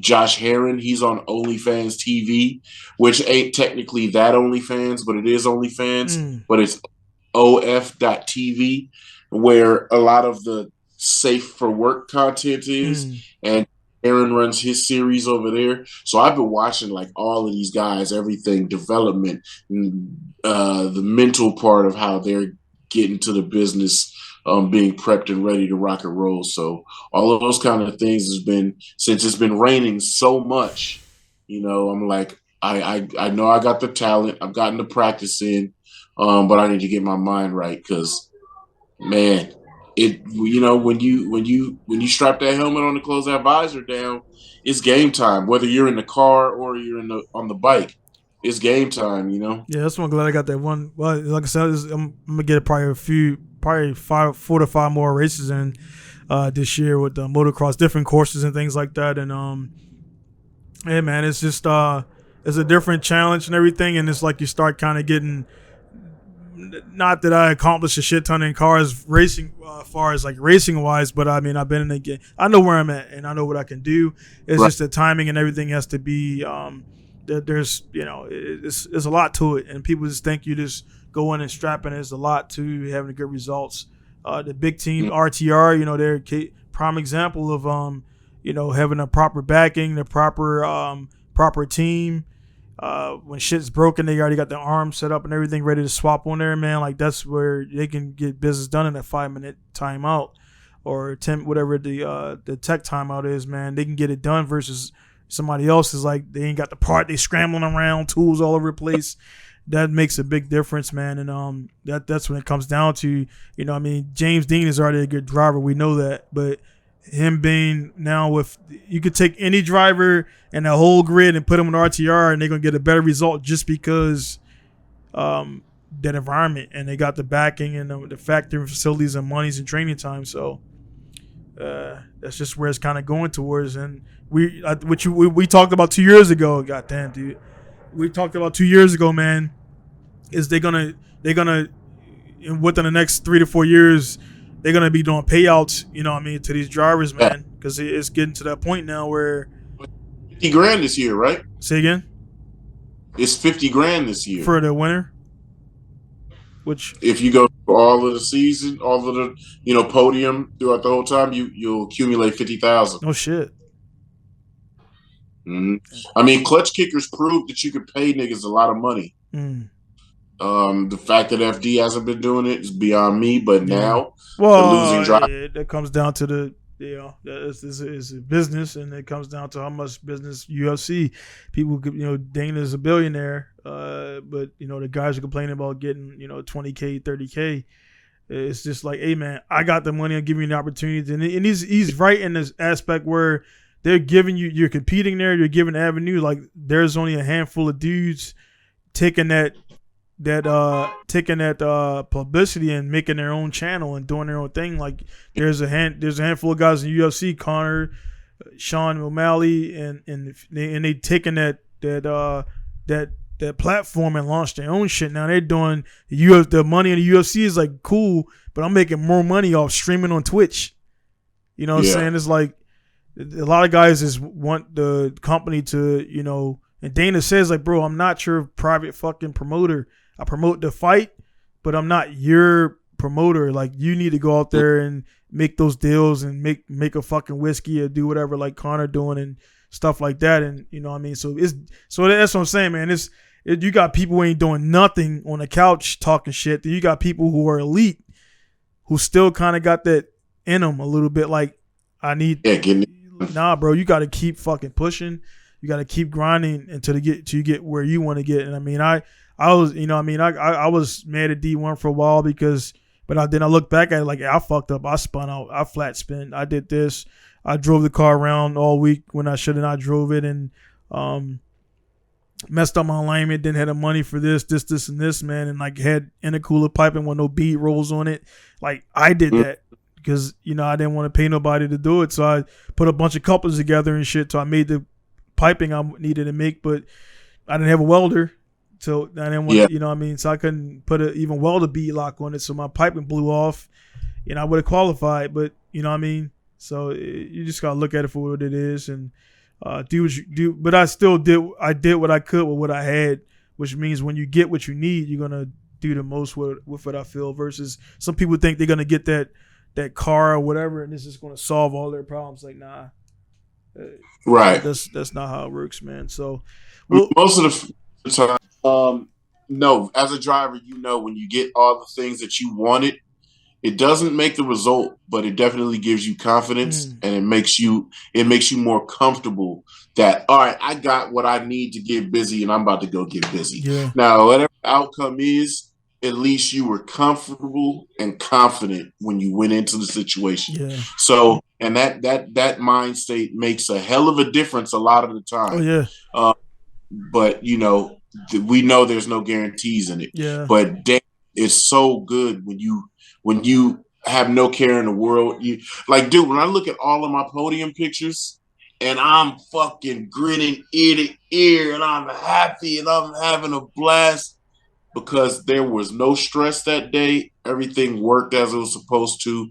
And I worked as I was supposed to. No matter how the events went, no matter how many one more times it was, all of those podiums, all of that work was like, I was in a good space and everything was great. Yeah. And it was something too, like, you know, coming to terms with things, man, is like people in this industry, man, you know, some people define by driving a BMW, some guys are defined by driving this, and this. And I was recently talking to a guy and like, you know, this is gonna piss a lot of RB guys off. I'm not abandoning the RB and stuff like that, but I've had a lot of success in like the just drifting around practice type stuff with the RB.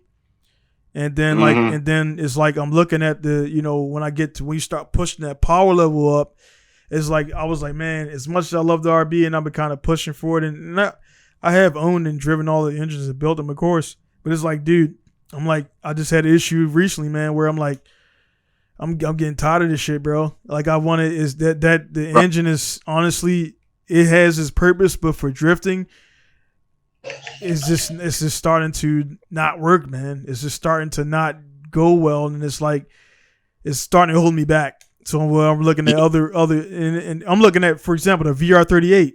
It's a newer engine, like, bro, the amount of money that they fucking want to charge. Well, my issue is parts, dude. I literally, a fucking head is. Dudes are selling for $3K, $4K for a fucking cylinder head, dude. Like, that's where the problem is that I don't mind breaking it and fixing it. It's just that when I literally go online and there's like 5 options and they're all being overpriced, it's like I can go buy a VR38 for fucking 20, 30K. New shit. And do work with that. So it's like, I don't want to say I'm not abandoning an RB. So everybody listening and watching, I'm not abandoning an RB, but as far as comps, I'm about to have to retire to 26, man, because it's like It's and then so I'll probably get a bunch of haters. Not really, because I mean, not like them assume it, but it's like, bro, I'm looking at like, man, I really want to, because I like when I pop the hood and it's an RB and I'm the only one on the grid with it. But it's like kind of being a reason why everybody got two J's. They just kind of work better, man, and they're just smoother. The harmonics are smoother, and when you start looking at all the pluses, and they can blow too, but it's just like, there's a reason why everybody got a LS, or there's a reason why everybody got a 2J, and you don't see SR20s on the grid no more. It's just like, yeah, you can do what you like. So me, all lower end comps, fun time RBs, but it's like, for the comp, I want to compete. I'm going to compete. I got to make sure when I mash that shit down, I'm not fucking floating the valve or doing this or doing that, and that's what it's starting to get to. And it's like, you wonder why nobody's running them, and then like I bring up like, we of course we had Ryan on, and he's like, I think that is becoming, when you let the engine define who you are, that's when it's starting to get into results versus going. We know you can drive. We know Ryan can drive and stuff like that, but it's getting to a point now where that whole the RB Jay-Z thing was cool for that little summer, and now it's getting result. And now I mean he's showing that too. One thing I like about Ryan, he kind of, honestly, in my opinion, he kind of types too much. He puts too much information out there to the people because they don't need to know all that shit. That's for him and his team, and he's trying to reassure. But it's like, man, now he's broken the bullet block. So it's like, even those ain't, nothing's bulletproof, man. Nothing's bulletproof out there, guys. So trying to get XYZ like it's gonna make your year program, it's gonna fucking break. If you're 110% on that throttle, some shit's gonna give, man. One of those 240 moving parts are gonna give, or whatever. There's literally too much energy going through these cars. Yeah. And when Denofa and them are saying, "Damn, dog, we got this much horsepower, we got this much grip, we got this much car, and we only got 7 more mile an hour on the bank in the last 15 years." Yeah. I mean, the shit's real. It's that much energy, that much volatile, conductive activity happening while these cars are being driven.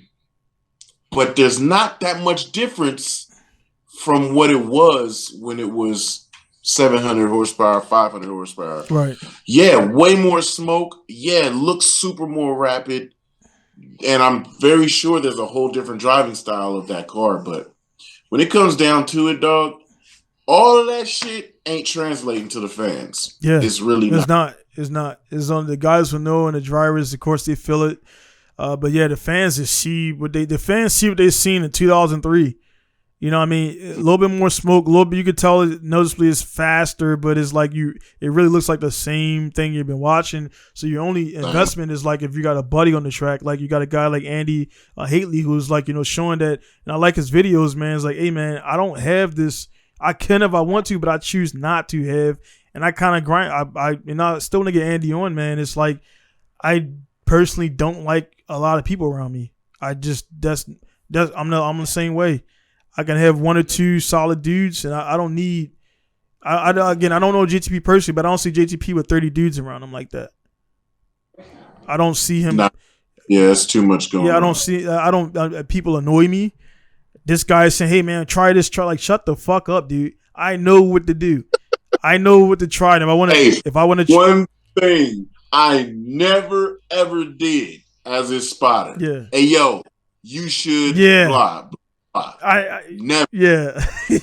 Asked me, I offered it. Yeah. If he, I didn't offer it, and I see that so much. There's so many people that roll up on drivers and tell them what they should do. Dude, I'm like, I shut that shit down. Like, now I'm good.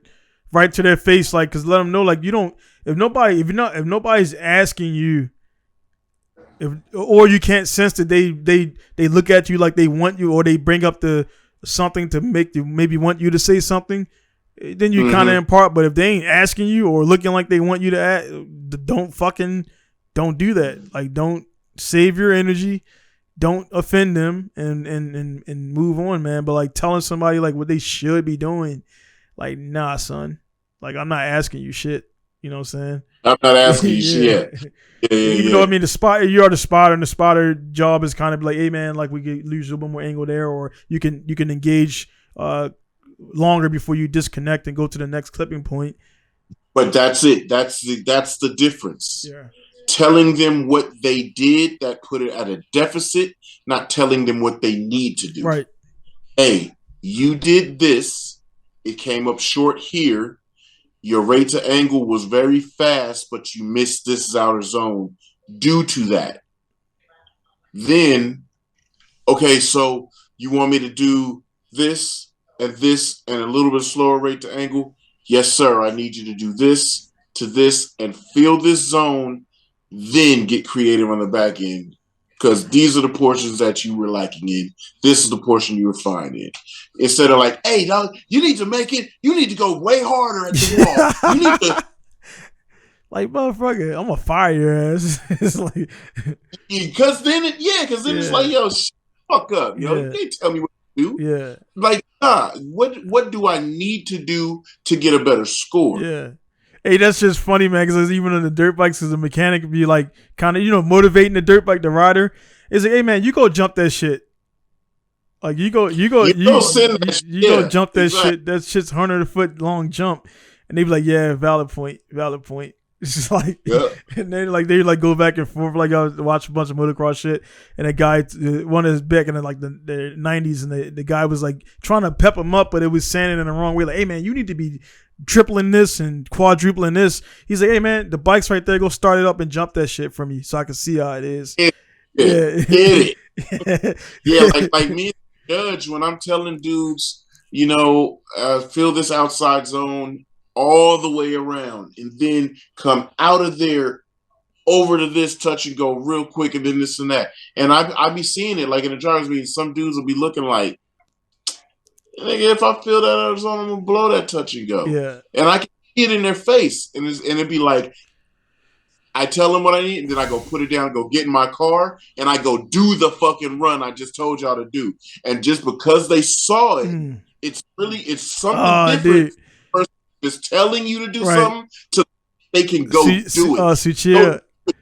Clean, like no practice there. That's what I need you to do. Suchia did the same shit at King of Asia because we were in the driver meeting and like nobody was even Daigo. They were like doing their own. Nobody was doing what he wanted. He wanted to see a certain line at Nico, and nobody was doing it. So he went out there in the thing and fucking did it, and some penny loafers. And I'm like, and it's like, hey, look, I did this. I just did it super standard. Yeah, you could do it. Now you go do it and do it better. I'm just getting able that you can't. What it was when he see she is old. He wanted to hit what everybody was doing was too dynamic. He wanted to honestly like a Diet Coke version of what the shit everybody else was doing. He wanted to see that line, and he's the judge. I want to see this line, which is like an old school line. Everybody else is running a different shit. Or when you run it crazy like that and you fuck up, I'm dinging you hard. Yeah. Because you just did this wild, weird shit and you couldn't just put this together. He didn't want. He was like when you go on Nico, Nico, everybody does the tripod. He was like, I don't want none of that. I don't want the fucking wheel 8 feet in the air. Just like it beats you a little jump, but he didn't want he wanted no more than 2 wheels off the ground. And dudes are just going 4 wheels, 3 wheels, because they're watching Daigo and Nakamura and shit, and he didn't want that. He wanted like if you get a little tripod, like a wheels up the ground, but he's like, if the back end goes like that, automatically I'm not giving you shit.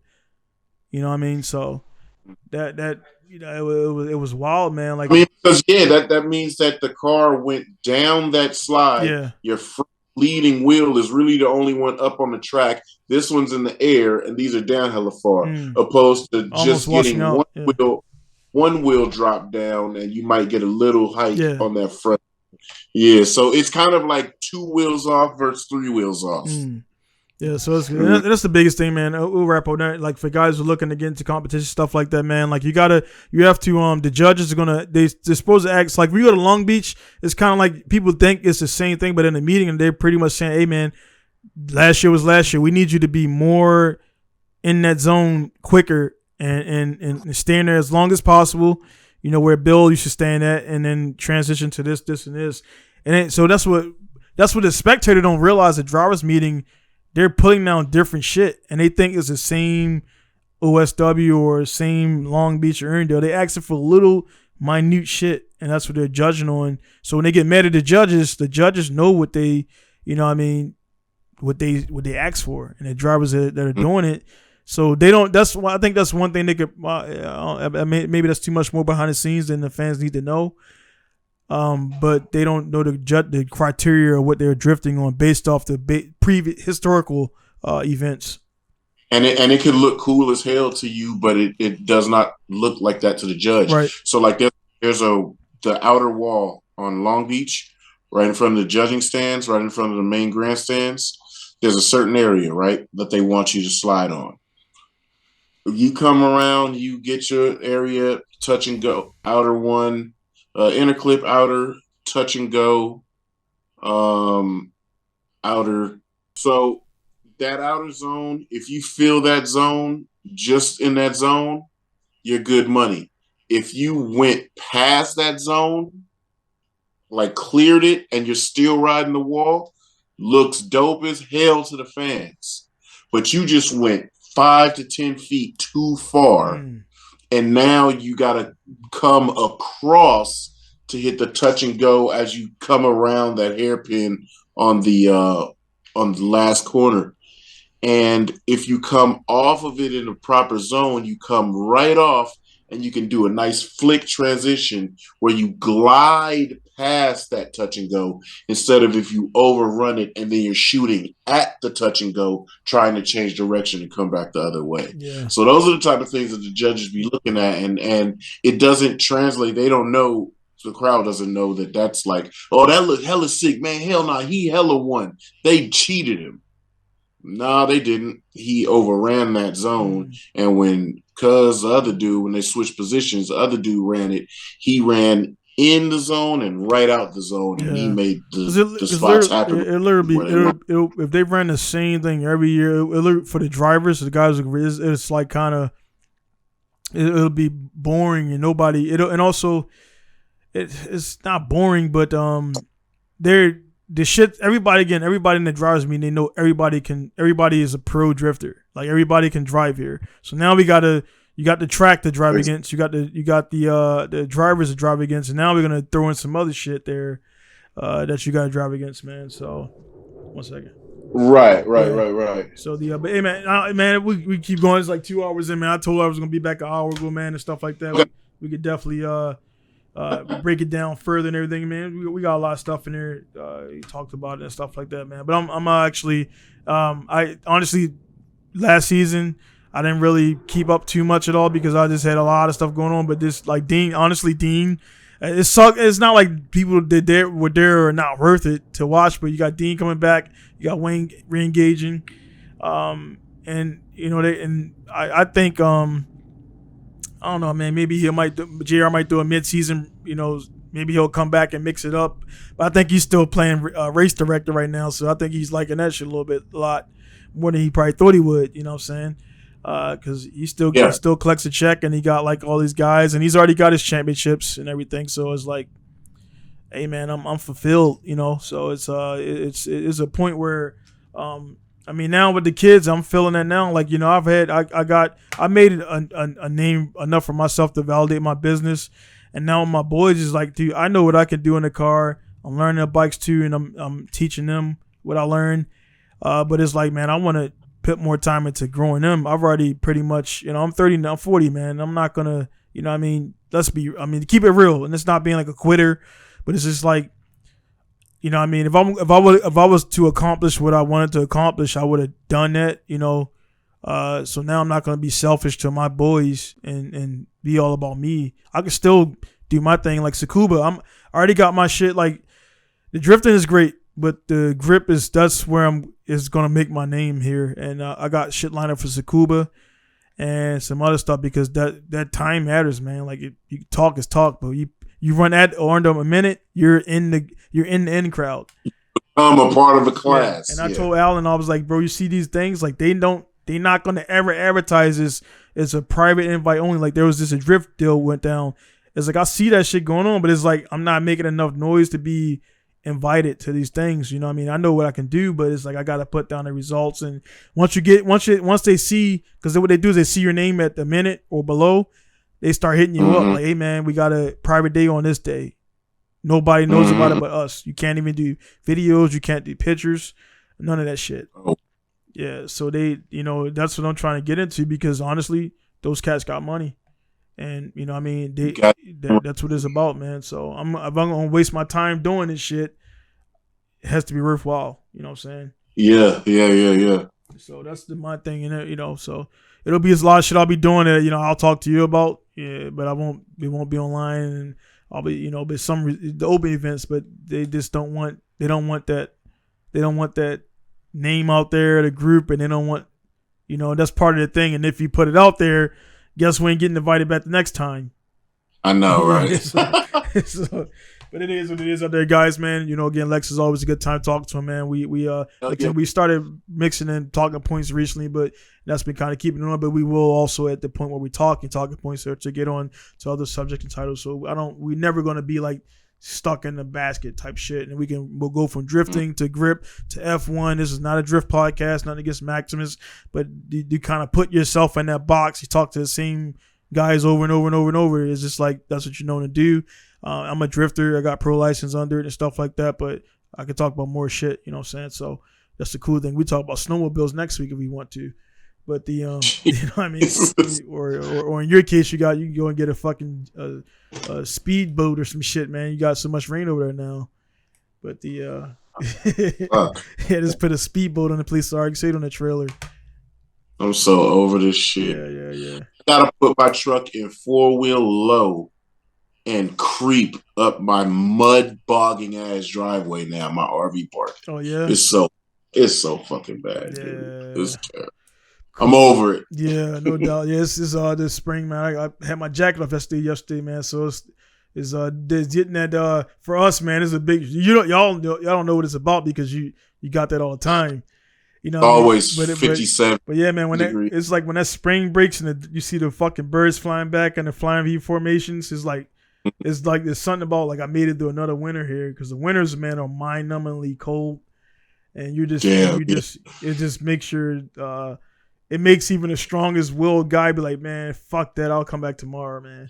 He's like that shit be like cold. You can't feel your fucking hands, and it's just like bolts are breaking and plastic is snapping, and you can't do piston rings because it ain't 70 degrees, and that's a real thing out there, guys. You got to you can't build a fucking car engine outside in the cold because the metal's different, So yeah, but it is what it is, man. But again, man, Lex coming to you guys from Richmond, California, CA, not VA, as always, and everything. This was actually supposed to be another thing, and like always, man, I hit Lex up, and so I was gonna go solo and be rambling about myself and shit, but stay the course. You know what I mean? I'll say that this is the whole point of everything, man, is to stay the course, man, and eventually, man, if you stay the course and you put in the work, man, people who need to see you are gonna see you, even if it takes 5-10 years, man. Eventually, if that's what you want to go towards and do things. And for me, is validate my business.